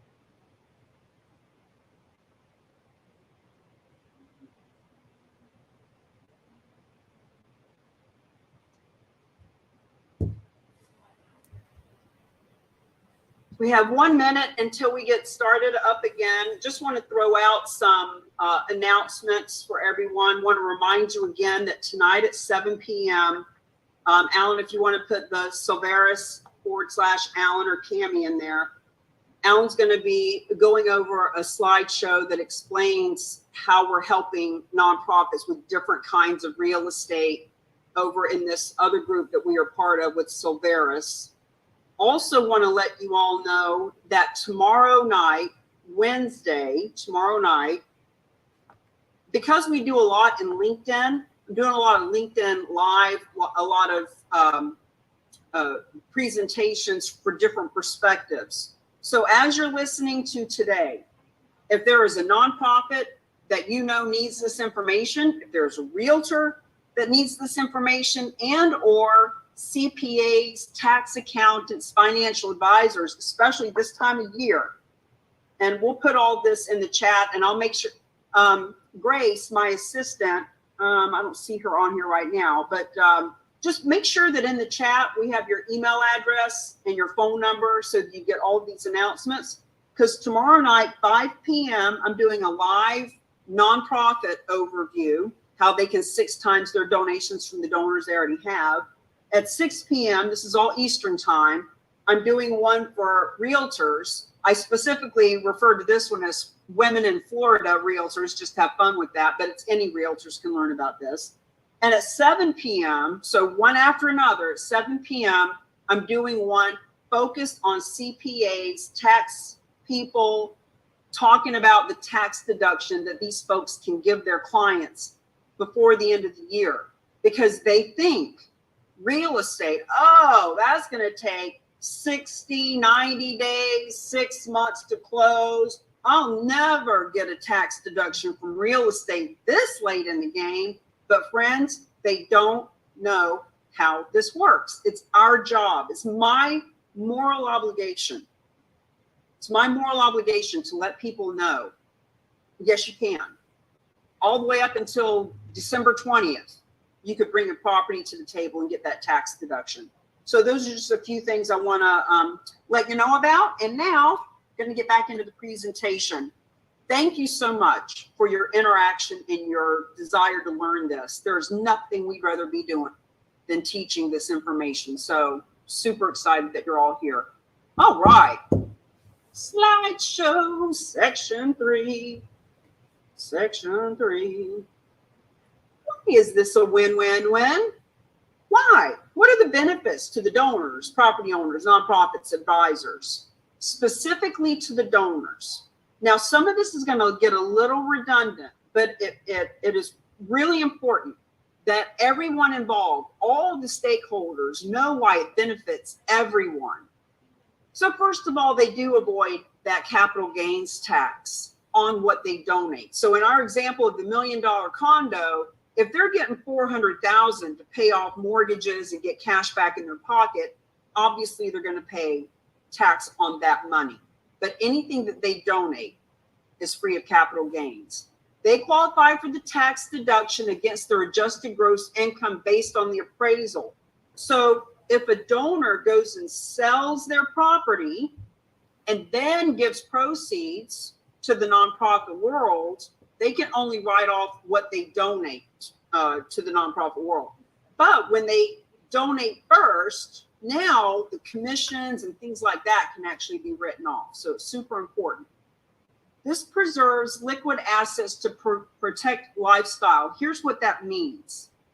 When a nonprofit is looking for cash, they are competing with other things that that donor wants. The donor has to decide, do I want to donate $100 to this group that I love, or do I want to take my wife out to dinner tonight? Some people are making that decision. That's the toss-up. Some people are saying, do I want to give $1,000 to the church, or do I want to buy my child Christmas presents this year? It's a lifestyle choice. When people are asking for cash, they're competing with the trip to Orlando and all those other things. So when they can give from their wealth bucket, they're not competing with all of that.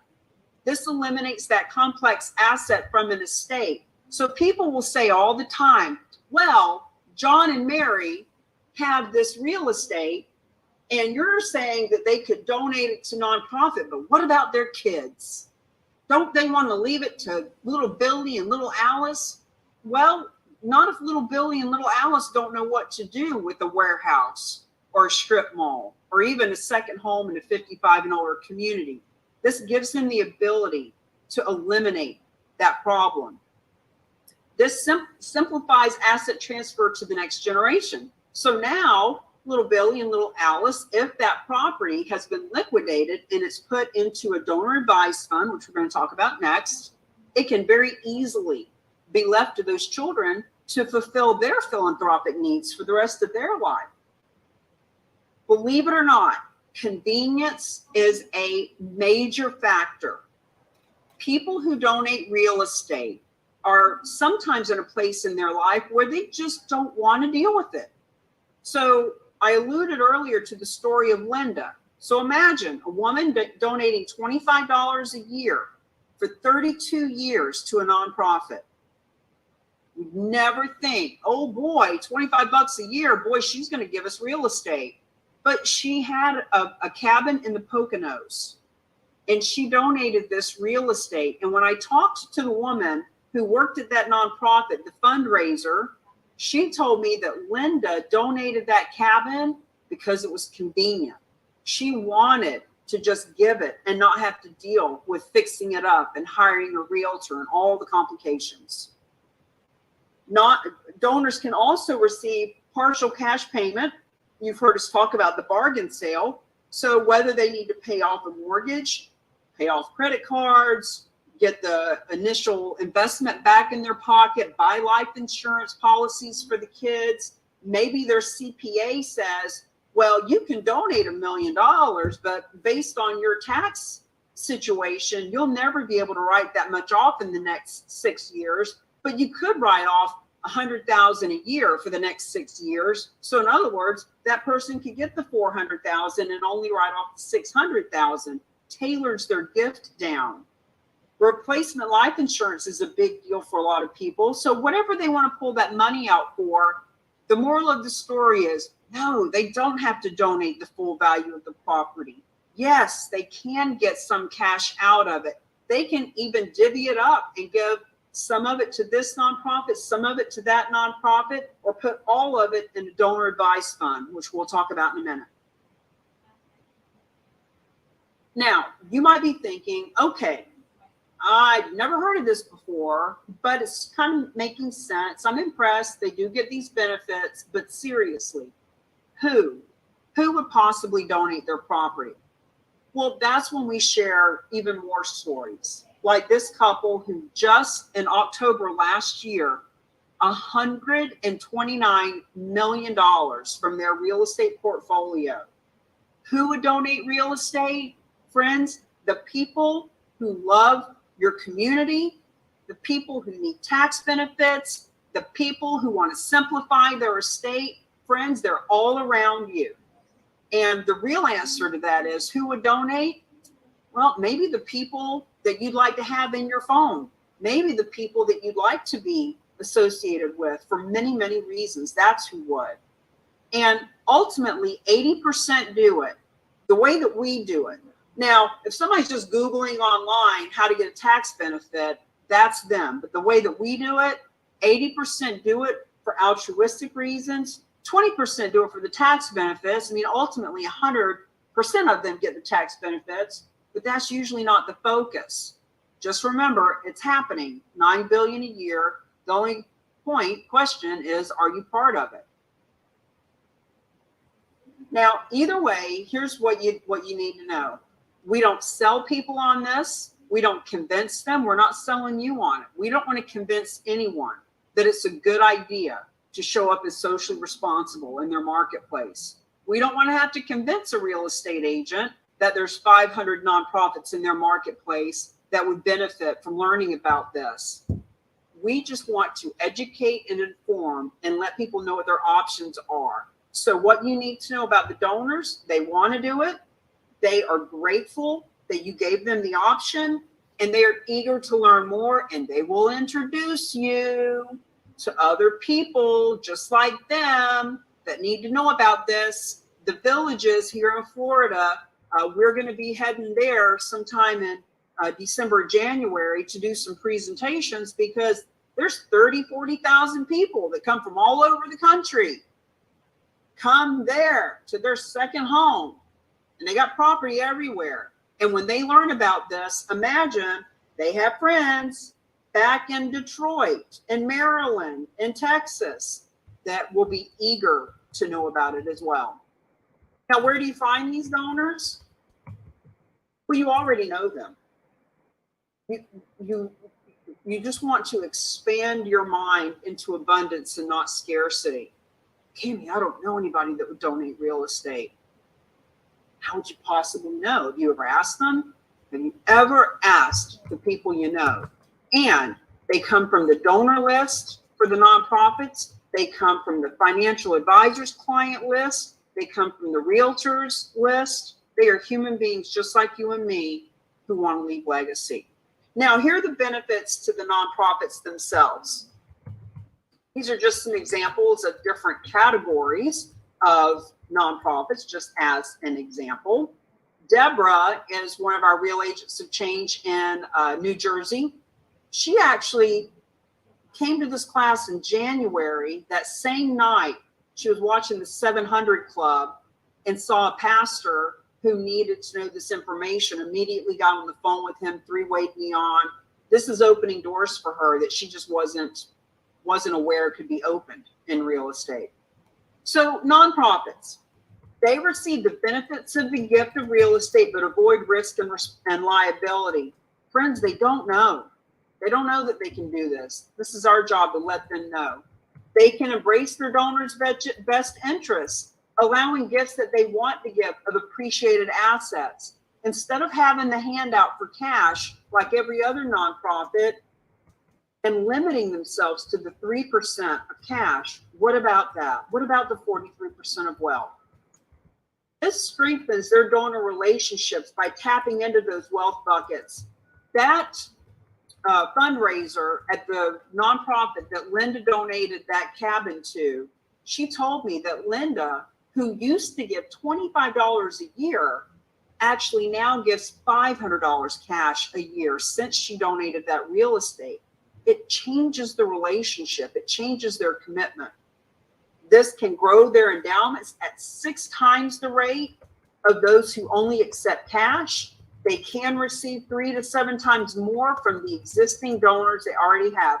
Friends, the average donation from real estate, $550 to $600,000. Actually, by the end of the year, the average will be $1 million because there's 32 donations done by the team at an average of $1 million a donation. It's happening from those same donors.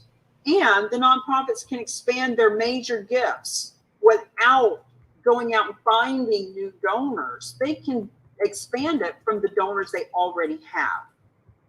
Now, benefits to the advisors, keeping in mind the advisors are anyone who donate or who advises people who have real estate. The real estate brokers specifically can elevate themselves. Look, there's 2 million realtors. There is never a time, even now for me, I still have my real estate license. I haven't practiced in years, but I can't remember a time that I walked into a room or logged into a Zoom where I was the only realtor. And I think all realtors would agree, they're everywhere. And when you can become an advisor that helps people give smarter, I promise you, that is a unique sales proposition. You can switch focus to a seller that's not emotionally attached. This is kind of like REO property or relocation properties in that instead of dealing directly with John and Mary Smith, you're now working with the specialized nonprofit who already guarantees you a full commission. They already understand real estate. They just want to give you what you're worth to make this happen. There's no 14 kids telling you how to market the property. Now, the financial advisors themselves, when we show them, see, 65% of these donations come through financial advisors because they've got hundreds, thousands of clients that they know to be philanthropic, that they know to need a tax deduction. And they know that a donation of real estate is a good tax deduction and a good way to be philanthropic. Here's what they don't know. They don't know a nonprofit that will liquidate the hard asset for them. That's where we step in. They can preserve the next generation of clients. So John and Mary Smith have multiple properties around the country, hundreds of millions of dollars in assets. And when they can liquidate that and put it into a donor advised fund, which we're getting into next, it's really easy for little Belly and little Alice to stay with that financial advisor who's already got it all tied up and clean and in an easy package. All of the advisors can become CCRES, all of the advisors, all of the nonprofits, anyone who wants to show up as socially responsible, anyone who wants to double, triple their profitability from purpose. You don't have to be a realtor. You just have to be heart-centered and want to make money making a difference. This is for people who want to become proactive. So when people say, well, I've never had anybody ask me about this, if I ever hear of it, I'll call you. Those are people that are waiting to react if the phone ever rings. React if a donor ever figures this out on their own and gives them a call. What we're saying is become proactive, educate people, find the donations. Don't wait for them to find you. Strengthen relationships with those existing clients, gain access to those high net worth individuals. These are all the reasons why this is such a benefit to the for-profit world in general. Now, I'm just going to go ahead and jump into section 4. This is about the financial advisors specifically in the donor advised fund. Please don't take this time to start searching your phone or go and look up donations on our page. This is important because 65% of these donations come from financial advisors, and their favorite nonprofit is called a donor advised fund. And friends, I was in this for a year before I really wrapped my head around what a donor advised fund is. So let me spare you of that and just go ahead and learn it now. Because this is really, and for the nonprofits out there, you might be thinking, well, wait a minute, I want the donor to give all of the donation to me and my nonprofit. I don't want to learn about how they can put it in this donor advised fund thing. But let's expand our mind, because the financial advisors that you can be talking to, their clients already have hundreds of thousands, millions of dollars in the DAF, in the donor advised fund. They could have their donors cut you a check later on today for $10,000, $50,000, $100,000, $1 million. So let's just see that there's a lot of ways to learn from this information. So the donor advised fund is a charitable investment fund regulated by public charity. It is funded by the donor. So when you think about it, when you break it down, it is a fund that is advised by the donor. The donor sets up this fund. It is administered by a qualified sponsor. We'll talk about those in a minute. Fidelity Charitables, Schwab, Vanguard, etc. Is directed by the donor, and that the donor can grant money to any nonprofit of any amount at any time. And it's an alternative to a private foundation, which is just much more complicated and requires a lot more money to get started.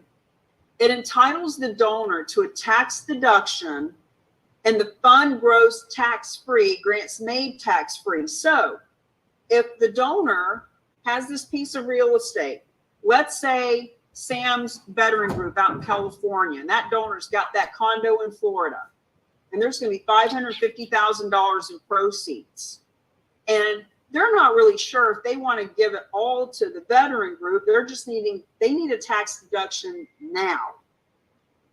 So if they put all that money in a donor advised fund, they got their tax deduction, that money can grow in an interest bearing account, and they could give $50,000 of it a year to that veteran group or to any nonprofit. The donor can make periodic contributions into the donor advised fund and pull out of to give to any nonprofit of any size at any time. It's their fund. They advise it. So the advantages to a financial advisor: the direction of the charitable account can include or be passed to others. So we've talked about this a little bit. You've got your older couple.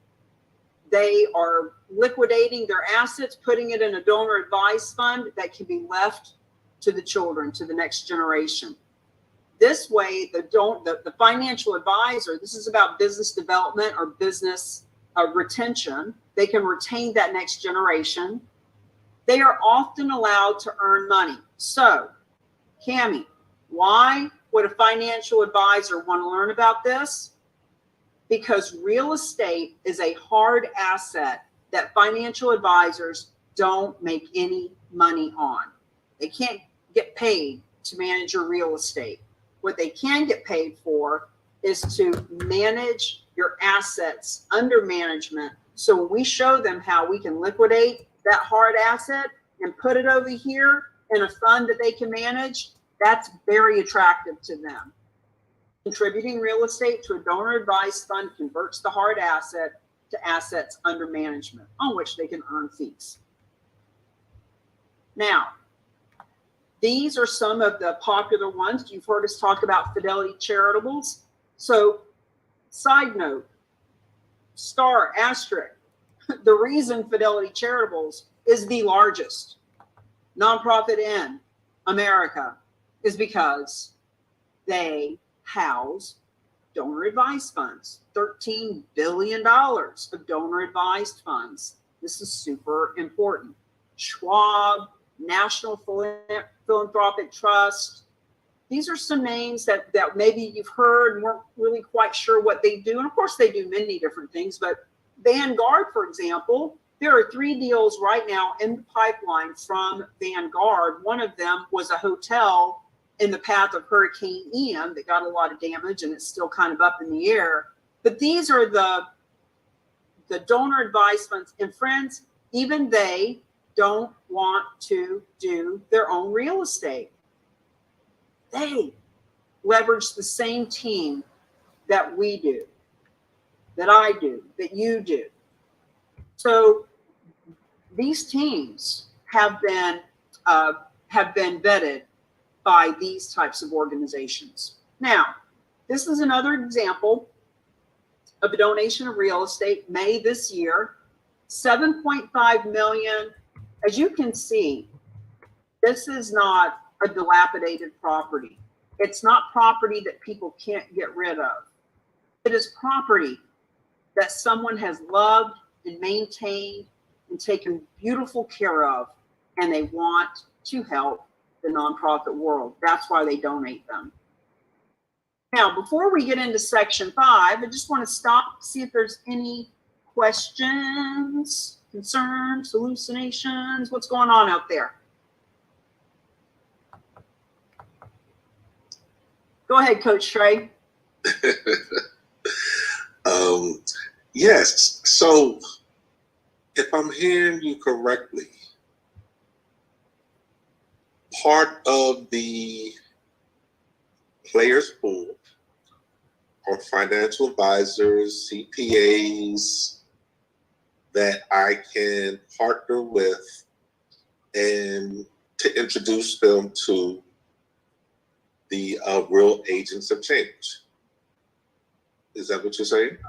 Yes, and tomorrow night at 7 p.m., I'm going to be doing a presentation specifically talking to those folks from the perspective of, yes, your client can get a last-minute tax deduction in the tens of thousands, hundreds of thousands of dollars from real estate. So if you have people, any of you, who's that financial advisor you know? Who's the financial advisory company? You can invite them to sit in on that, or you can have a 3-way call with me. But we want to educate them as to why, how this works. Because once again, they know that donating real estate is a tax deduction. Any CPA, tax accountant would know that that is a viable tax deduction. Here's what they don't know. They don't know a nonprofit that will accept real estate. So they're not all of them aren't advising their client, hey, Bill, you know, you've got that 3-family in Boston. You paid $50,000 for it 30 years ago. It's now worth $3 million. You'd get killed in capital gains tax and all this other stuff. You know, why don't you donate it, Bill? They're not saying that because they don't know a nonprofit that will take it. So we step in as the solution. Got you. So now, as having a nonprofit, am I eligible to all the nonprofits, all the different real estate? They don't have to come to my nonprofit, correct? No, they don't have to. It could go to any of the 1.5 million nonprofits out there. And actually, Coach Trey, we are really expanding our collaboration with community foundations. So you would be well advised to start to communicate with community foundations in your marketplace, because a community foundation, as I have just been learning, they are also donor advised funds, but they have even more choices. So if the donor is looking for nonprofits that are sports related, but they don't know how to vet them, they don't know which ones would help kids, because there's a lot of nonprofits that we even talk to that help kids with baseball and basketball and soccer, and you know, it's a nonprofit to teach them how to play and have team spirit and all that kind of fun stuff. The community foundation, if they know about your nonprofit, they can refer you, and people can actually specifically put their real estate proceeds in a fund that can fund your nonprofit over the next 10, 20 years. So that's a little bit deeper in the weeds, off topic than today, but suffice it to say that we will help you with those conversations too. Thank you. You're welcome. Thanks for asking the questions. Because what exactly is a community foundation? The differentiation, please. Sure. So I don't know exactly what the definition of them are, Deborah, but if you Google community foundations, you'll find that there are thousands of them all over the country. And for example, here in Florida, just in the area we're in, there's the Gulf Coast Community Foundation. There's the Sarasota Manatee County Community Foundation. They can be countywide, citywide, region-wide. It can be a specific religion that has a community foundation. And basically what they are is a conglomeration of people that are so entrenched in the community and community focused. They have relationships with lots and lots of nonprofits. So the donor that comes to the community foundation says, you know, I want to give to Sarasota.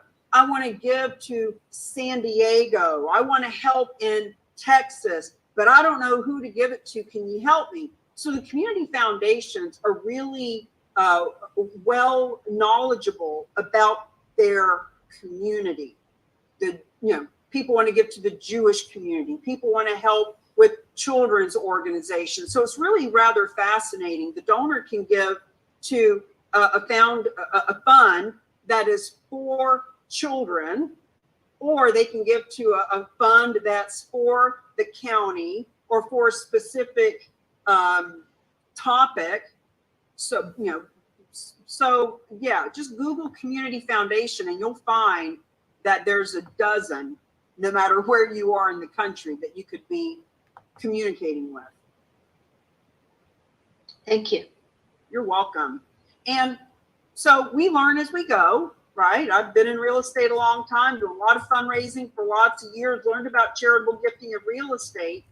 And I actually ruined a few relationships with community foundations in the beginning because I didn't know what I didn't know.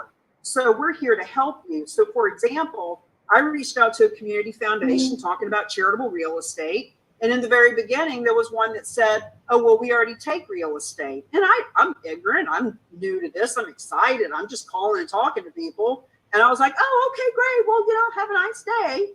But what I've learned over the last couple of years is even when they say they can take real estate, that doesn't mean they ever have.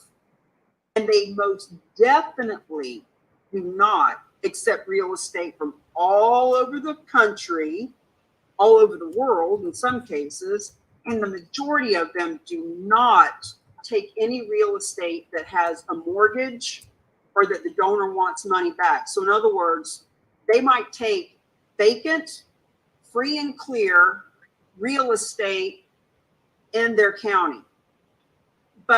And if they can, awesome, they can do that. What we're saying to them is, what about all the other counties in your state or all the other states? Like, you know, we want to help expand their thinking around that. Connie Myers, what can I help you with?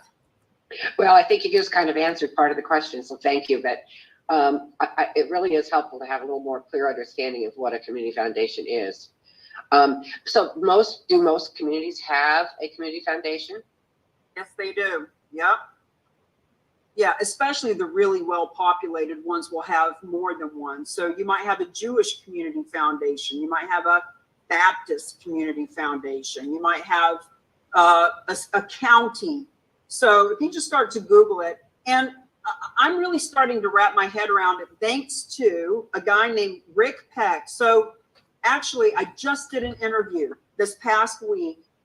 Rick Peck is part of running the community foundation in New Hampshire, the New Hampshire Community Foundation, which is where I lived for 20 years. Come to find out, the New Hampshire Community Foundation manages $1 billion of donor advised funds and many different kinds of funds. And Rick is really helping me to understand our collaboration with these community foundations. We are not their competition. We are not their taking away from what they're doing. We bring a huge value to them. So that interview, friends, will be out this week. My assistant is editing it as we speak. Highly recommend that you watch them. And Connie, especially for you being a nonprofit, as a nonprofit, when you call the community foundation, they welcome you. They love you. They exist to help people find you. They have donors right now who've already put money in funds, maybe for, safety issues, right? So it's really important that you start reaching out to them, because once again, New Hampshire Community Foundation has $1 billion right now. Now, how they disperse it and how much they send out in grants and all that, I can't get into all that. I don't know. But they have it, and you could get a check from a community foundation this week if you were partnered up with them. So we'll be doing some more trainings on that too. Sounds great. Thanks. You're welcome. Coach Trey, let me give you one more, then we're going to jump back in and get this material finished up. Go ahead. Yeah, this is quick. I know several, I'm in a fraternity that's across the country. So if somebody that I refer is in Texas, how would that, do I need to contact a real agent of change realtor in Texas? Well, to the situation? There's a lot of missing pieces there. I don't know if they're a property owner, if they're a nonprofit, if they're a financial advisor. But so you came in through Sam Silver, right? Mm-hmm. So Sam can be your go-to person. He's one of the best in our group to have as a go-to person.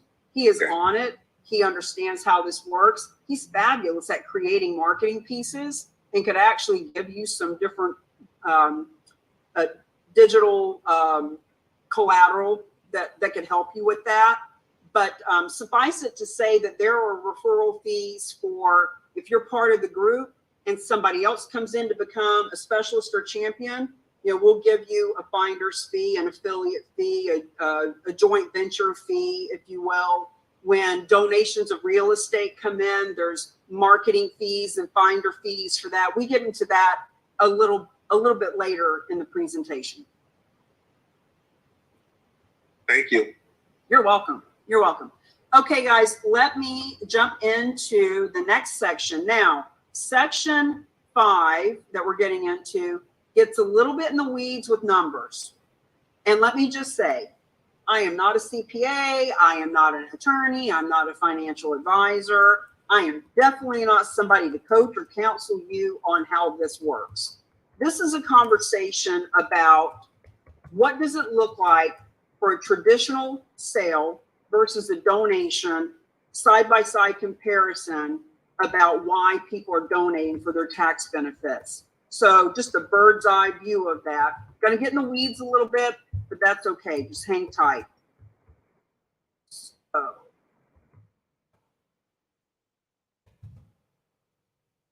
So here's the details and the documents and the do's and don'ts and what qualifies as a donation of real estate and what are some of these forms that you might want to know about. So when it comes to what qualifies as a donation, there's really three things you need to know. Number one, no timeshares, period. Timeshare is not real estate. Number two, it needs to have equity because it is the equity that is being donated to the nonprofit. So if there is no equity, there is no donation. And number three, it needs to be marketable, meaning if it can't be sold to get that equity to give to the nonprofit world, if it's ramshackled out in the middle of nowhere and nobody wants it. Now we can make it marketable because now we have money to fix that property up because of the third party specialized nonprofit. And as I mentioned earlier, at the very beginning of this presentation, we are adding ways to help people with distressed property. We are adding ways that investment property can actually make you money. And Alan's going to be talking about that tonight at 7 p.m. So if you want to learn more about that, this presentation is all about donated property. So here's some examples of what qualifies as a gift, just to kind of get those creative juices flowing. So any kind of residential, and that could be a primary home. Some of those houses that we looked at, even Jeff Bezos' ex-wife, Mackenzie, one of those houses was probably a second and third home, but they're beautiful residential primary homes, secondary homes, investment properties, could be a beach house or a lakefront property or what have you. Anything residential is fine. Commercial, any kind of commercial. So now we're talking about multifamilies and strip malls and restaurants and office buildings, any kind of storage facility. If it's commercial, it's a really big deal, especially from the perspective of this whole capital gains tax and people wanting to write off property. Commercial property is a big deal. So residential average is $550,000, $600,000. Commercial average donation is $900,000 and up.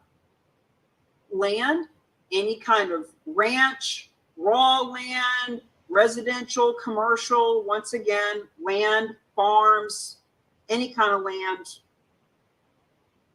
So no timeshares. Now, what qualifies for the length of ownership? So in order for capital gains tax to be avoided, the property needs to have been owned by that individual for at least a year. And to really get into any more details about that, you'd want to talk to Realty Gift Fund, our specialized nonprofit.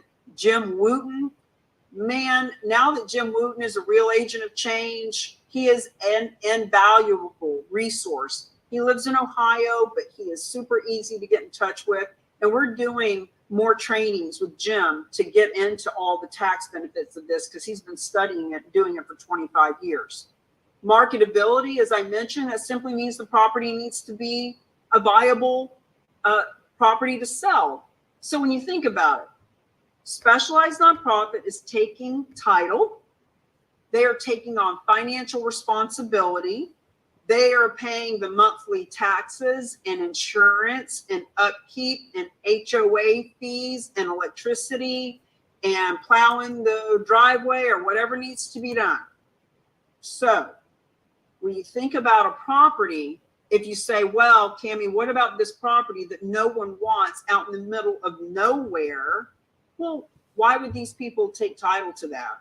Why would they take on the responsibility of a property they can't market? So we want to make sure that it's something that can sell. Underlying tax circumstances. So, you know, once again, 80% of the people who donate through us, the way that this works, it's because of altruistic reasons. We don't want to find out that the reason they're doing this is only to pull one over on the government. That can be a dirty and lack integrity. We don't want any of that stuff. Minimum equity, there's really not so much a minimum of equity anymore. When you think about the average being 550,000, if that's the average, then a minimum doesn't come into play as much as you might think. 250,000 makes it all worthwhile for everyone involved. However, that cabin that I've mentioned that Linda donated, it was only a $39,000 donation. So, you know, it depends on the circumstances. It depends on how complex it is. There's a lot of varying circumstances, but ultimately we're looking for 250,000 minimum. Average equity, 540, 550, now 600,000. And frankly, by the end of the year, the average is $1 million. And yeah, maximum size is unlimited. So it can be any size. All right, documents that are required. So whatever state the property is in, it's their state documents. However, because it's a donation, let's look at a couple of these. There's something called the net gift estimate. So when the donor comes to the table and we have an actual property with actual tax consequences and actual payoffs and you know, amounts that the donor wants back, etc. It's you know, it's really hard to go off fictitious, well, Cammie, what if? But when there's an actual property, there is a net gift estimate, and it actually moves and fluctuates from start to finish. So it might say that on that net gift estimate, they think they need $20,000 to repair the roof. Next thing you know, they need $40,000 to replace it. So it can change and morph, but the net gift estimate is also what says how much money is going to what nonprofits. Okay, donation agreement versus bargain sale agreement. If the property is free and clear and no money exchanges hands, it is a donation. If any money for any reason exchanges hands, then in essence, the specialized nonprofit is buying the property at a bargain. Therefore, it is a bargain sale. It's one or the other as far as the agreement goes. Donation disclosure agreement, just like any other real estate, has disclosures. Just talks about that, you know, there's a professional appraisal done. Has all the players, all the triangle of trust is talked about in the agreement. IRS Form 8283. Now remember, do what you do best, refer the rest. You do not have to learn how to fill out forms to the IRS. We don't want you filling them out. I'm not going to fill them out. I don't want to be involved in anything with the IRS. That's what the specialized nonprofit's for. We just want you to understand how it all goes down. So this is the form. Donor comes to the table. This guy in December last year, December 10th, hey, can I get a donation deduction this year? Yes, you can. So the form that he got to give to the IRS was the 8283. And it was signed by the appraiser, it was signed by the donor, and it was signed by the specialized nonprofit who took title. So those three people are signing this property is appraised at $450,000, etc. That's what goes to the IRS to kick off the tax deduction. Now, the IRS 8282 is the form that is sent after the property sells.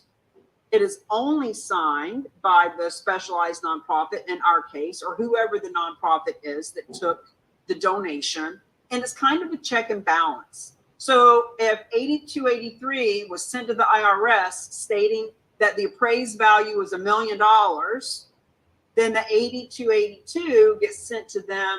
This property sold for $852,000 or $1,083,000. In other words, they're just checking to make sure that everything is above board.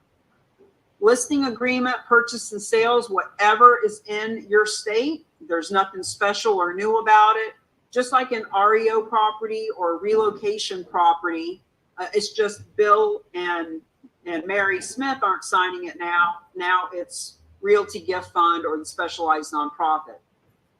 Donation bargain sale agreements. People ask, well, how do I know my nonprofit's going to get the money? How do I know when I introduce you to John Smith that when his property sells, that my nonprofit is going to get the money? Friends, this is a real estate agreement, just like any other real estate agreement. The specialized nonprofit is a 501c3 designated by the government to do this. They do it for Fidelity, Charitables, and all those other laundry list of nonprofits I mentioned to you before. This is a legitimate business that is happening every day. So the donation bargain sale agreement is what actually outlines that. It's actually at clause number 18. It will say, you know, based on our preliminary due diligence, this property appraises at $1 million. Based on everything we know here, this is how much is going to the Boys and Girls Club. This is how much is going to the church. This is how much is going back to the donor to give him money. In other words, it's all lined out just like any other real estate agreement. Okay, here is the comparison that I have alluded to that will show you why a donor would donate real estate. Now, on the far left is the depreciation schedule. And this is just showing you the numbers that we are using to base the comparison on for this. This was an actual deal, but for this actual donor. So based on this depreciation schedule, conventional sale on the left, charitable donation on the right. This is a $4.5 million property.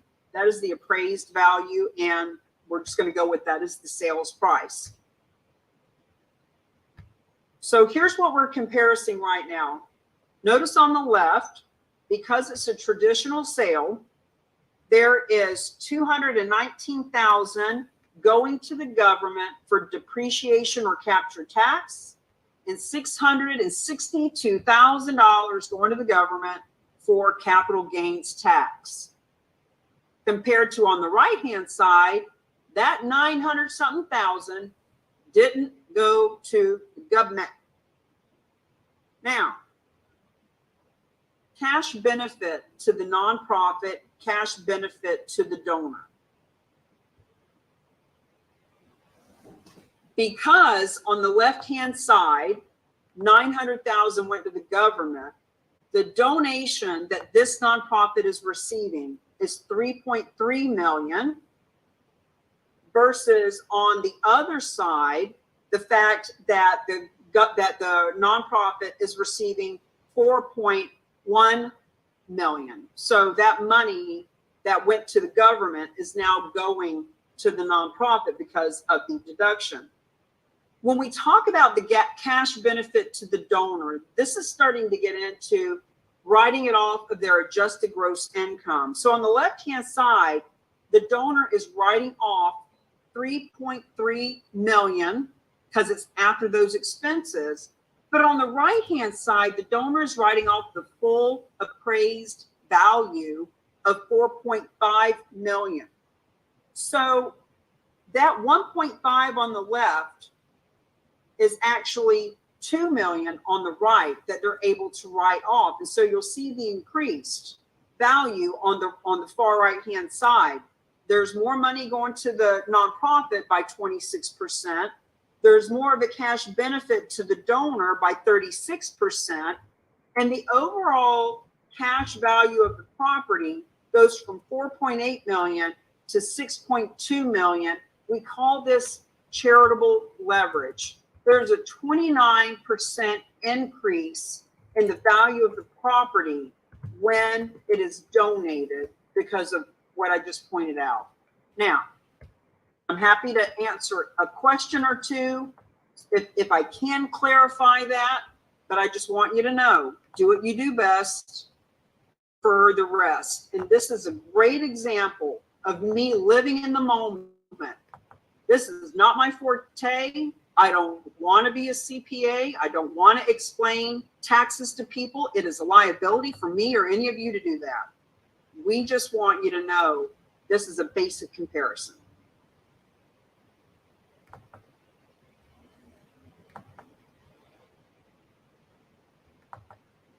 All right. This is the property evaluation form. It's online at therock.com/property evaluation. This is what the donor would fill out to get the ball rolling. At the top, you'll see that the first question, the most important question, what is your charitable intention? Why are you wanting to donate this property? This is super important because we want to know, is this person philanthropically inclined, or is there something shady going on here? So that's the first question. And then the rest of the document is basic information that any realtor would be getting from any client that they're meeting with about the value of the property, what they owe on it, et cetera, et cetera. Real basic property evaluation. Now, this is what we call the roadmap. And you can have this created for yourself too. You'll notice that this one is customized. You got Michael Deshavi and EXP that he's with there. God's Love We Deliver is a nonprofit that he likes to work with. So this has been customized for Michael, and you can have these customized as well. In the next section, we're going to talk about what it looks like to be a specialist and a champion and how you can get these personalized. So I'm just going to go through this. I'm going to take 3 minutes to show you how easy it is to explain how this works. And we are not suggesting that any of you go out and try to explain this right this red hot minute. But for people like Sam Silver, who've been around for a while, for people like Bo with 47 years of experience in real estate, he's been to the class 10 times, this is a real easy way to explain it. So number one, we have a gift of real estate. Where the gift came from, was it on the donor list of the church? Was it a financial advisor that referred them? Where they came from is a different conversation. Right now, we just know we have a piece of property, and we know that there's an 80% chance the reason this donor donated, because they love God's Love We Deliver. And there's a 20% chance that they donated it because they need a tax advantage. Either way, we've got a marketable piece of real estate. So let's slide on over to number 2. Specialized nonprofit facilitates the transaction. They take title, they assume all risks, they pay off any mortgages, they give the donor the tax advantage that they're looking for. And now that the specialized nonprofit has title to the property, we slide down to number 3. They list the property, preferably with a charitable real estate specialist, especially if they're the one that brought the nonprofit and the donation to the table. So now that the specialized nonprofit has listed it with Michael, he just listed just like any other real estate he's ever listed. And when it is liquidated, we slide to number 4. There is a check cut to God's Love We Deliver. In this case, the money goes straight to the nonprofit that the donor chooses, whether it's one nonprofit divvied out amongst 3, 5, or 10 nonprofits, whether it's put into a donor advised fund, sent to a community foundation, whatever the donor wants done with their donation, number 4. Now, number 5, what we're saying here is cause marketing campaigns, marketing our for-profits and nonprofits to let people know that donations of real estate are happening. We do PR. We want to have a press release put out. We want to make sure that people know that this is happening so that it happens more often. Because when we are driving that awareness, somebody sees it in the newspaper. They see you being interviewed next to the sign outside the property. When these people want to donate more real estate, we go back to number 1. They saw it in the news. They want to donate real estate. So now we've got a piece of real estate. Now that we have that donor, go to number 2. Specialized nonprofit takes title, pays off mortgages, takes on all financial responsibility, gives the donor the tax benefits they're looking for.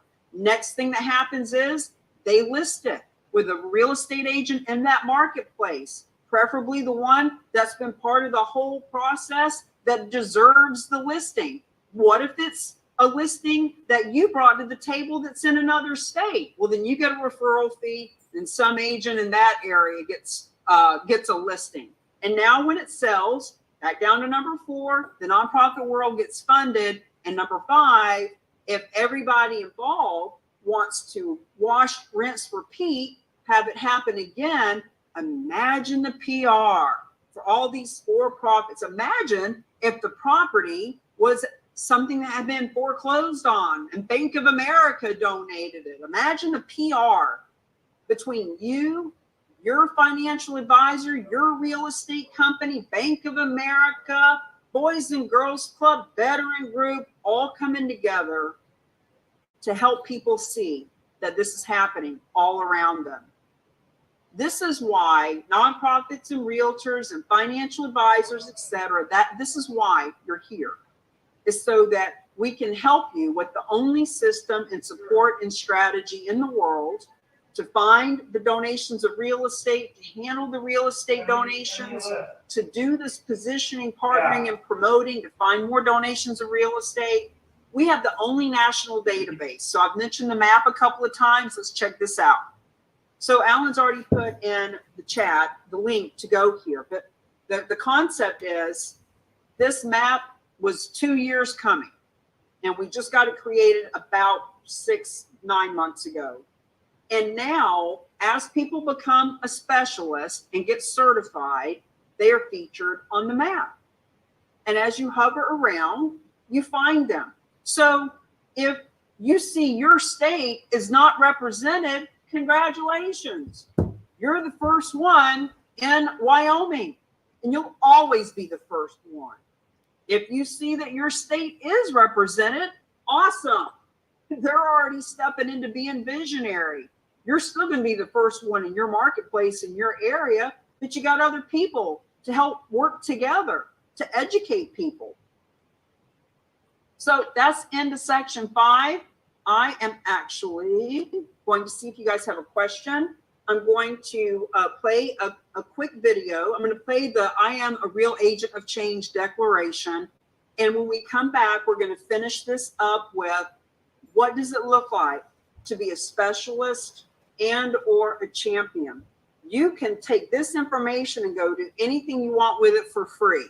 But what we want to say is there is a community here that can help support you. So any questions I can help you with while I'm getting this video ready?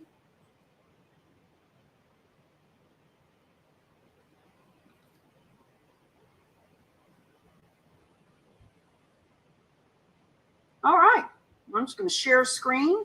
This is going to play for about 3 minutes, and then I'll come back and we'll finish it up.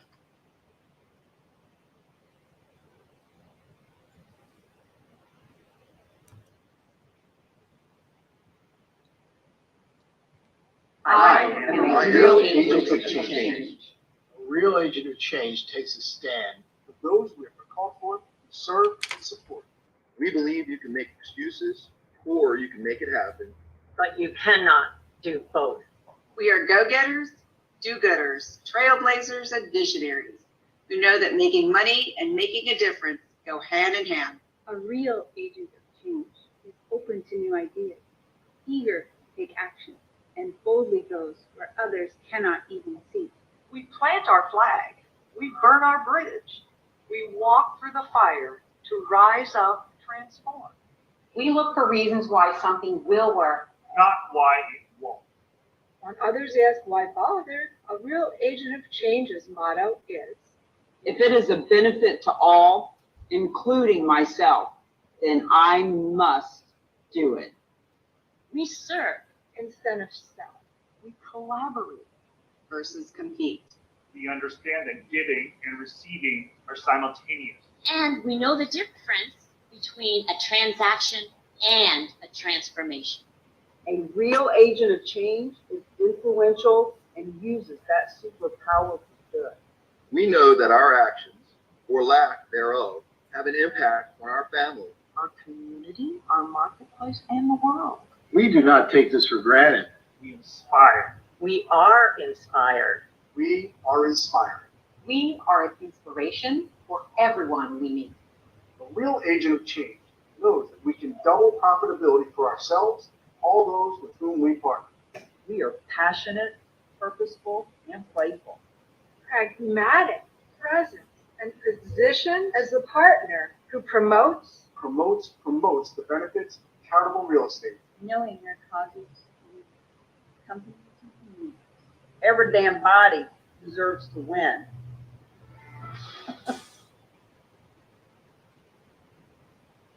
Oh, too fun. All right.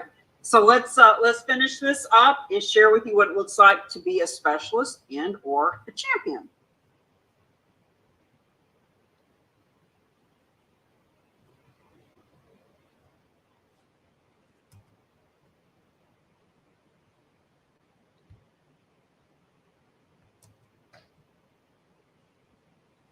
So we're just gonna assume that since you have been with us here for right at 3 hours today, that you see a benefit in what we're doing and that you want to be one of those people that is considered a change agent and out doing big things in your community. And you can go do anything you want with this. If you find a deal and bring it to the table, we're happy to help you handle it. But why not go ahead and get some of that support to help you become proactive? So Dr. James, if you were with us in the beginning, you heard the recording, the beginning of our book, Real Estate is Hot, Fundraising is Not. He talks about how the numbers are clear. Transformational philanthropy comes from major assets like real estate, but numbers aren't the problem. The problem is action. People can understand the ideas and nod their heads at the numbers, but nothing. Friends, the disease is inertia and fear, and the cure is what we're doing here at the Real Agents of Change. So remember how we talked about key number 1 is to learn. Well, congratulations, you learned, you know the basics of what charitable real estate is. This is an image of what it looks like to start taking action.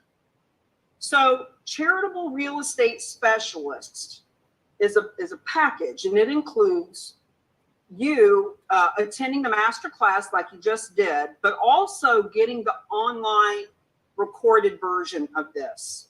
So when you get the online version, we've got a couple of different versions that we've done, same basic information that you can watch, rewatch as much as you like. We invite you to always come back to the master class live. Right now, the master class is free, but it won't be forever. By the first of the year, you will have to be a specialist before you can even come to the master class. And you'll always have access to that. You'll also be able to bring guests with you. When you become a specialist, you also get certified. So when you get certified, you take a test, you get an 80% or more and you pass. We've never had anybody not pass the test. You've sat here for the 3 hours, you can take that test. And you also get the licensing agreement to use the logos and the images and to refer to yourself as a CCRES. It's a 1-year licensing fee. It's just like any other certification, real estate certification or other. It's an annual thing. You are also featured on the map. And the map, with the new marketing that we have coming out soon with Keith Eipley, our goal is to have this map and the Real Agents of Change come up as number 1 in YouTube when people are Googling learning how to do this. So imagine you'll be on a map where you come up as number 1 in this industry when people are Googling it. Now, the specialist has been $400 for the last couple of years, but right now we have a special that I alluded to earlier where you can do it for $97. And it won't be like that forever, but here's what it looks like. Beyond Living is a 501c3 that is helping with the housing issue. And they believe in what we're doing so much that they are sponsoring that. They are wanting to help provide scholarships. So all you have to invest is $97. Now, Beyond Living, if you go to this link, therock.com/Beyond Living, you can get a free copy of the book, PDF copy of the book. We're going to be doing a book review the first of the year. We're going to start having a weekly live Zoom with the author, myself, going through section by section by section. Because friends, this isn't just about what is charitable gifting of real estate. You got the basic understanding of that now. You know more than 99.9% of people in your marketplace. But what are you going to do with it? So we're going to start going through the book. So the Beyond Living link will get you the $97 special and a copy of the book. So key number one, you learned. And as a specialist, you know, I think about this just like a heart specialist or a kidney specialist or any kind of doctor or attorney or marketing or real estate. You can be a luxury specialist. You can be a waterfront specialist. Specialists just have more knowledge than anyone else in their field. So as a specialist, you know more. But champions are those people who actually take action and do something with their new knowledge.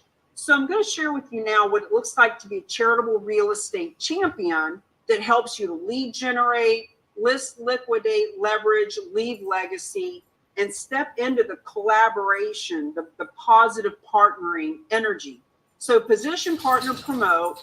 For example, Jim Wooten became one of our charitable real estate champions about 30 days ago now. And I was blown away that this legend and his book and all that he knows about this, he is more excited about this than just about anybody else in the group. This gives you the opportunity to position, partner, and promote with people like Jim.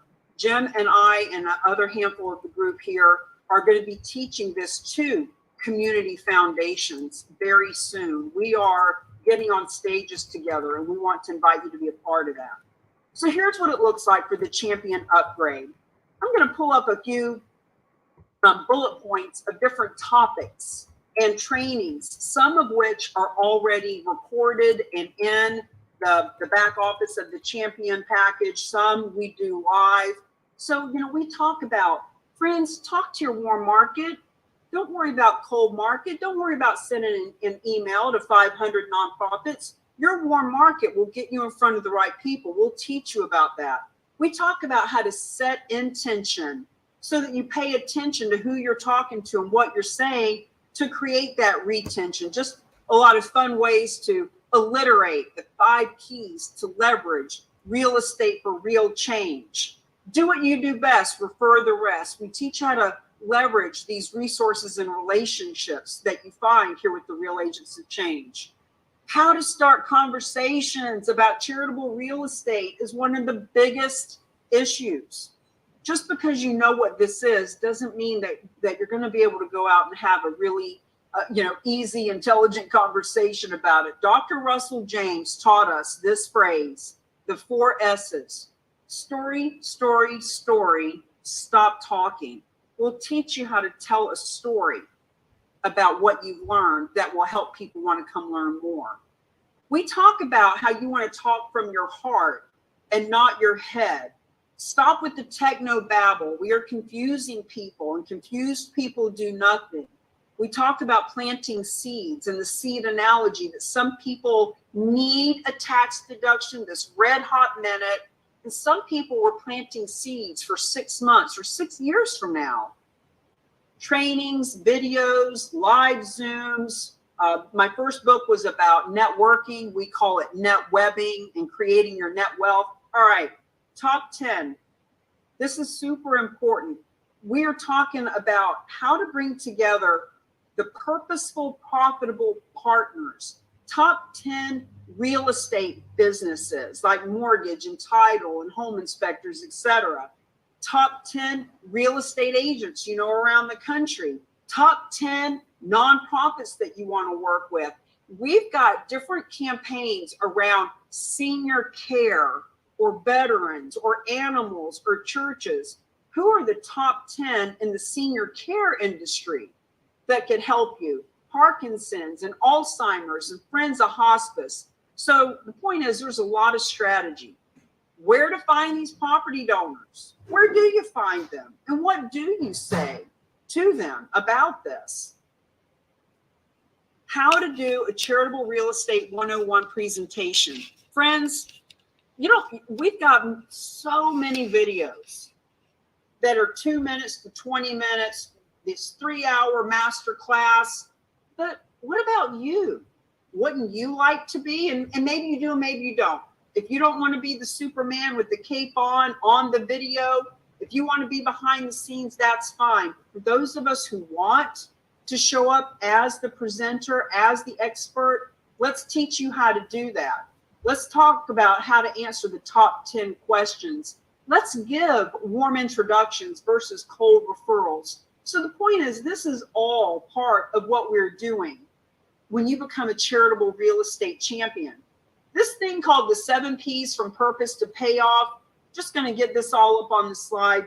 This is a mindset. This is a strategy that even before I was teaching the master class, I was already teaching people the 7 P's. I used to sell this for $600 and people would come to an all-day workshop. This is all part of what we're doing here with the Real Agents of Change. Champion resources, the signs. These are signs that you can have created. Oakley Sign Company is a partner with us now. You can put these signs right in your list, in the yard of the current listings that you have.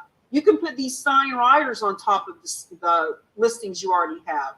We have postcards and emails and all kinds of different social media scripts. We've got weekly live Zooms on Thursdays at 6 p.m. We do a strategy call together. We do role play. We do the presentation skills. And it's $97 a month. $97 a month. No contract, cancel anytime. So to be clear, you have to be a charitable real estate specialist first. You can do them both right now, but we need you to be certified. We need you to be able to use the logos. We need to have you on that map so that we can promote as a champion. So you become a specialist first, $97. Why wouldn't you do that? And then this is $97 a month. But we have some customized marketing that we want to offer you if you so choose. So the most common thing that people do is the $9.97 for a whole year of Champion.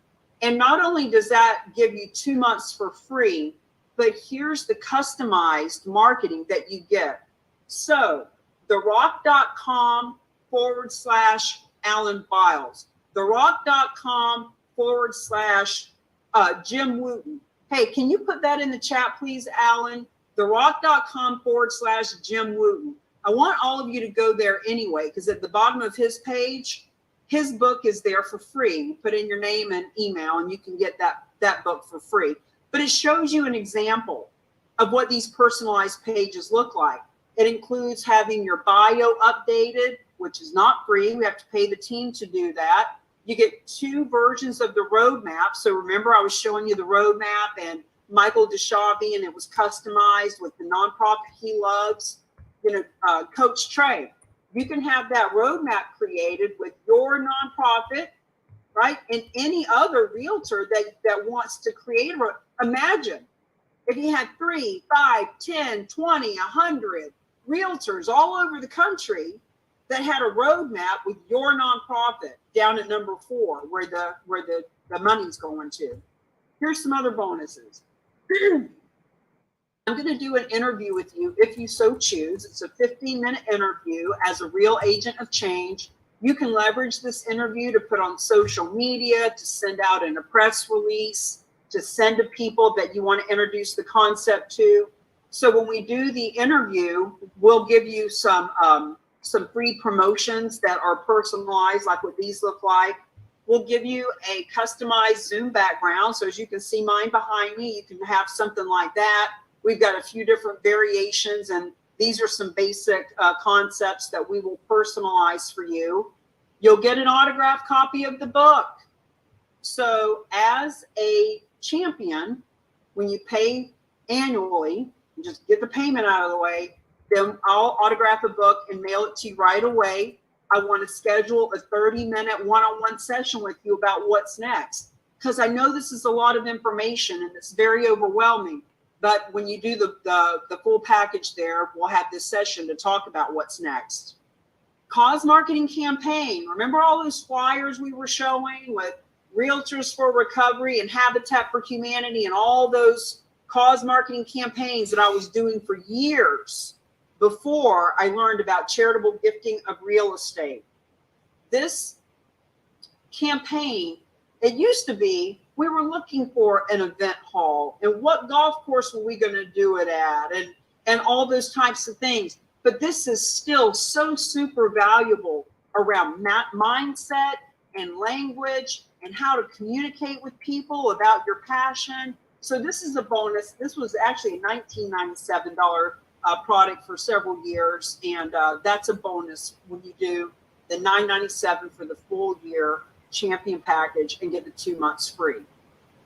So just to wrap it up, remember how at the very beginning I told you our thing at the Real Agents of Change is donations of real estate.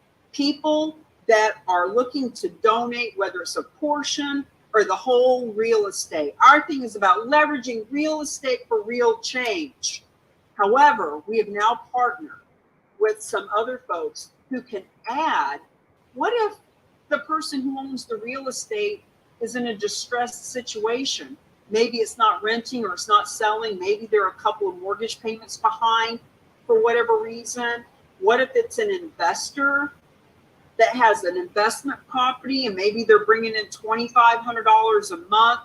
We have ways of showing them how to increase that to $6,500 a month, in some cases $8,800 a month. So we can help investors to increase their profit with less work. They don't have to manage the property anymore. And because of that, you can get a monthly referral fee, $200, $300, $500 a month to you personally. And if it was a nonprofit that brought those folks to the table, imagine if your church was getting $300 a month every month, year after year, because an investor is making more money. So these are things that we've added to the table. Of course, our thing is donated real estate, but these things that we've added, we are partners with this group called Beyond Living. And tonight at 7 p.m. on this Solveris gathering, where the Solveris, The Rock, and Beyond Living all come together, we will be talking about how those other pieces of the program come together. So I don't want to confuse you. You are here with the Real Agents of Change to learn about charitable gifting of real estate. And if your head is swimming like I know it is, and you just got a lot of questions just about charitable real estate, that's fine. Let's just keep you right on that. That is our main bread and butter. That is my personal mission. I'm happy to stay here for a few more minutes and answer questions. But for those of you who've been with us for a little bit and you're ready to take on the next thing, you're ready to learn the next evolution, we want to invite you to this for 7 p.m. tonight. And Alan, if you can just make sure that in the chat, we have the link to the /Beyond Living to get the specialist for $97 first. And then if you want to do the champion package, actually, by the way, let me just show this and then we'll be taking it to an end here. On our website, therock.com/store. You come to the website, you'll see there's 3 different packages, if you will. The master class, don't worry about this. You've already taken it. You just took the master class. This is the recorded version. It's $47 for people who just want to do it online and do the recorded version. Don't worry about that, because when you become a specialist, you get the recorded version of the master class. And if you were to click on this specialist, you'd see that we sell this online for $400. So what we want you to do here is actually go to the Beyond Living / to get it for $97. And then after you do that, now you can come into the Champion and do the Champion upgrade. And if you come in here, you'll see all of the marketing that comes with the Champion upgrade. And you can click right here on the Champion upgrade, and you can do the $97 a month, no contract, or you can do the $997 to get the customized bonus material. Questions? Yes. Thank you. Thank you. So it's the 97 for the specialist plus 997 for the champion. If you want help with the marketing strategy, the community support, then yes, you can do the Champion upgrade after you become a specialist. You do it all right in this red hot moment. In other words, you don't have to become a specialist and then wait for something to be a champion. I just want people to know the specialist is the foundation. It's the first thing, and then the champion. Yes. So, Coach Trey, you've had a lot of great questions. What do you see as being a benefit for you personally or professionally here? Actually, I'm gonna give you three things. Your earrings with the peace sign, the real agent of change, because living in Philadelphia in the Delaware Valley, there's since the 90s there has been, for lack of a better term, an urban war. I was in the midst of it as a firefighter in the 90s, and I lost 5 football players the last 5 months. But there's a lot of nonprofits that have missed out on the millions of dollars in grants because of, the game of the grant game. And lastly, the fact that it's I know I could be a specialist, but I love the word champion. So, and in the midst of what I'm doing, I know quite a bit of people that don't know about this. And I'm also part of a major semi-pro basketball association that could benefit this, because we have over 100 teams across the country. Last night, the event that you sat in on, we were at with that church group. One of the guys that they have Friday night with the fellas, where they do a Bible study, and one of them is a former Tampa Bay football player, and my fiance Alan has been getting to know him. And the fact is, all of these football players, basketball players, all of the actors and performers, all these people have their own nonprofits, and the majority of them are wanting to put a hand back into their community and help the kids come out of bad living situations, etc. They just need to know, because they have real estate, and all the nonprofits that are coming at them have their hand out for cash, and the fact is, there's only so much cash anybody has. So for you to be visionary enough to see that those players need to know that there is a better way for them to give. Again, Alan says Odie Harris is a friend of his that I met this weekend when we did this event together. So good for you, Coach Trey. I personally want to make sure that Sam and Alan, who work with you, will all come together and do a strategy together and get you off the ground, rocking and rolling. Anybody else have any questions or anything I can clear up for you about what we are offering here?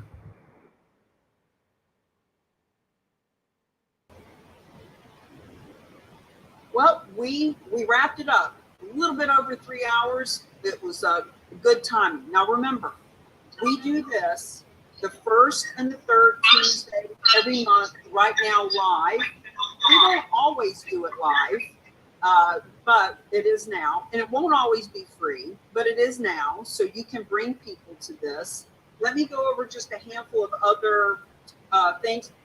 Thursday this week, 9 to 12 Eastern Time, I'm doing the CE class for realtors in Florida. This is only Florida to get your 3-hour credit, but there is different information in that class. So if any of you want to sit in on it just for shits and giggles, you most certainly can. We'll get you the link for that. Alan is speaking tonight at 7 p.m. Our book is coming out as for mass production. So we're scheduling book signings, doing a book tour. And look, you know, when I go to Barnes and Noble and sell 10 books, that's not what it was about. It was about the positioning. Imagine when you all can say, hey, you know, I'm part of this movement, I'm part of this revolution. And, you know, at 4 o'clock, she's doing a book signing at Barnes and Noble. And at 7 o'clock, she's going to be at our church telling us how this can fund our church by the millions. In other words, it's just great for positioning. Tomorrow, Wednesday, this is all Eastern time stuff, 5 p.m. Actually, Alan, can you put in the chat Cami'sZoom.com? My personal Zoom link, I went and got the domain, Cami'sZoom.com. So what I'm getting ready to share with you is at that link, 5 p.m., going over how nonprofits can 6 times their donations from the donors they already have. 6 p.m., I'm going over the presentation directed towards realtors, how realtors can create purpose-driven career listing, donating real estate. And at 7 p.m. tomorrow, I'm inviting CPAs, tax accountants, attorneys, people that need to know about the tax benefit at this late time of the year. We are creating some Did you say 6 or 7 p.m. tomorrow night, please, Tammy?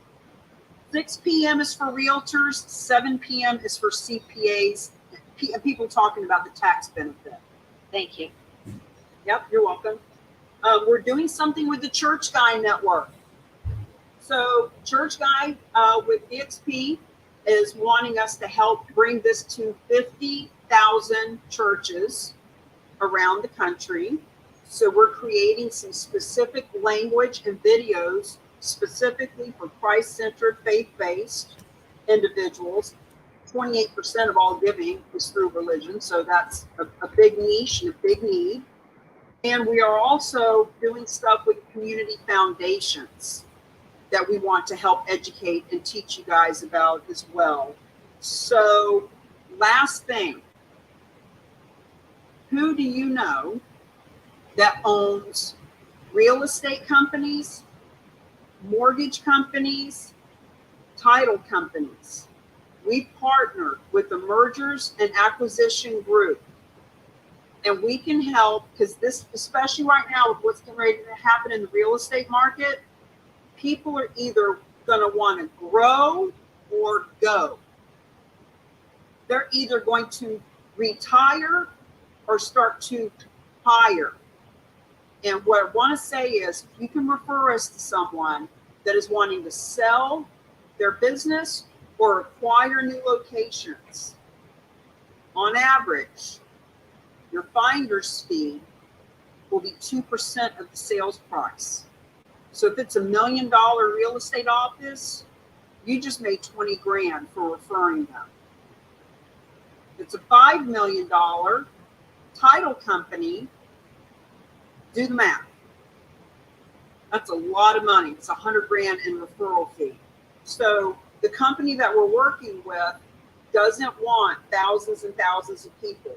They brought in 25 of us that have connections. So you can't work for them, but you can help bring us the deal, and we will give you a hefty finder fee. So when you're talking to people and they sing the blues, oh my God, I've been in real estate for 30 years. I can't believe it. I don't want to go through another crash. What a nightmare. You can say, hey, have you thought about an exit strategy? I can help you with that. If you talk to some young upstart, you're like, oh my God, I can smell the blood in the water. We're getting ready to start adding locations. We want to buy up mortgage companies. bring them our way because we can help them buy. So buying and selling of real estate, mortgage, and title. Just want to throw that out. We'll be talking about it more, but I know the people who are on here right now want to know about it. So Yeah, Tammy, in that capacity, are you the buyer, seller, or advisor of those one of 25? I am one of the advisors bringing them to come be partnered with a buyer or a seller. So it's a mergers and acquisitions, real estate mergers and acquisitions is the name of the company.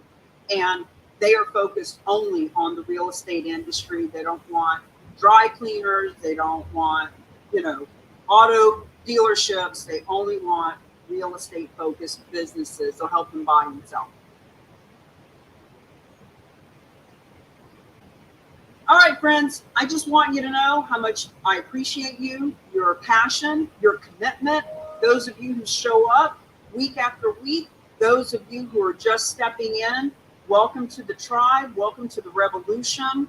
And it's only getting bigger and better every time we do this class. So bless you. You all have my number. You can friend us on Facebook, join the Facebook group. We got free information over there. A lot of stuff on YouTube. Always happy to help however we can. So see you next time. Bye-bye.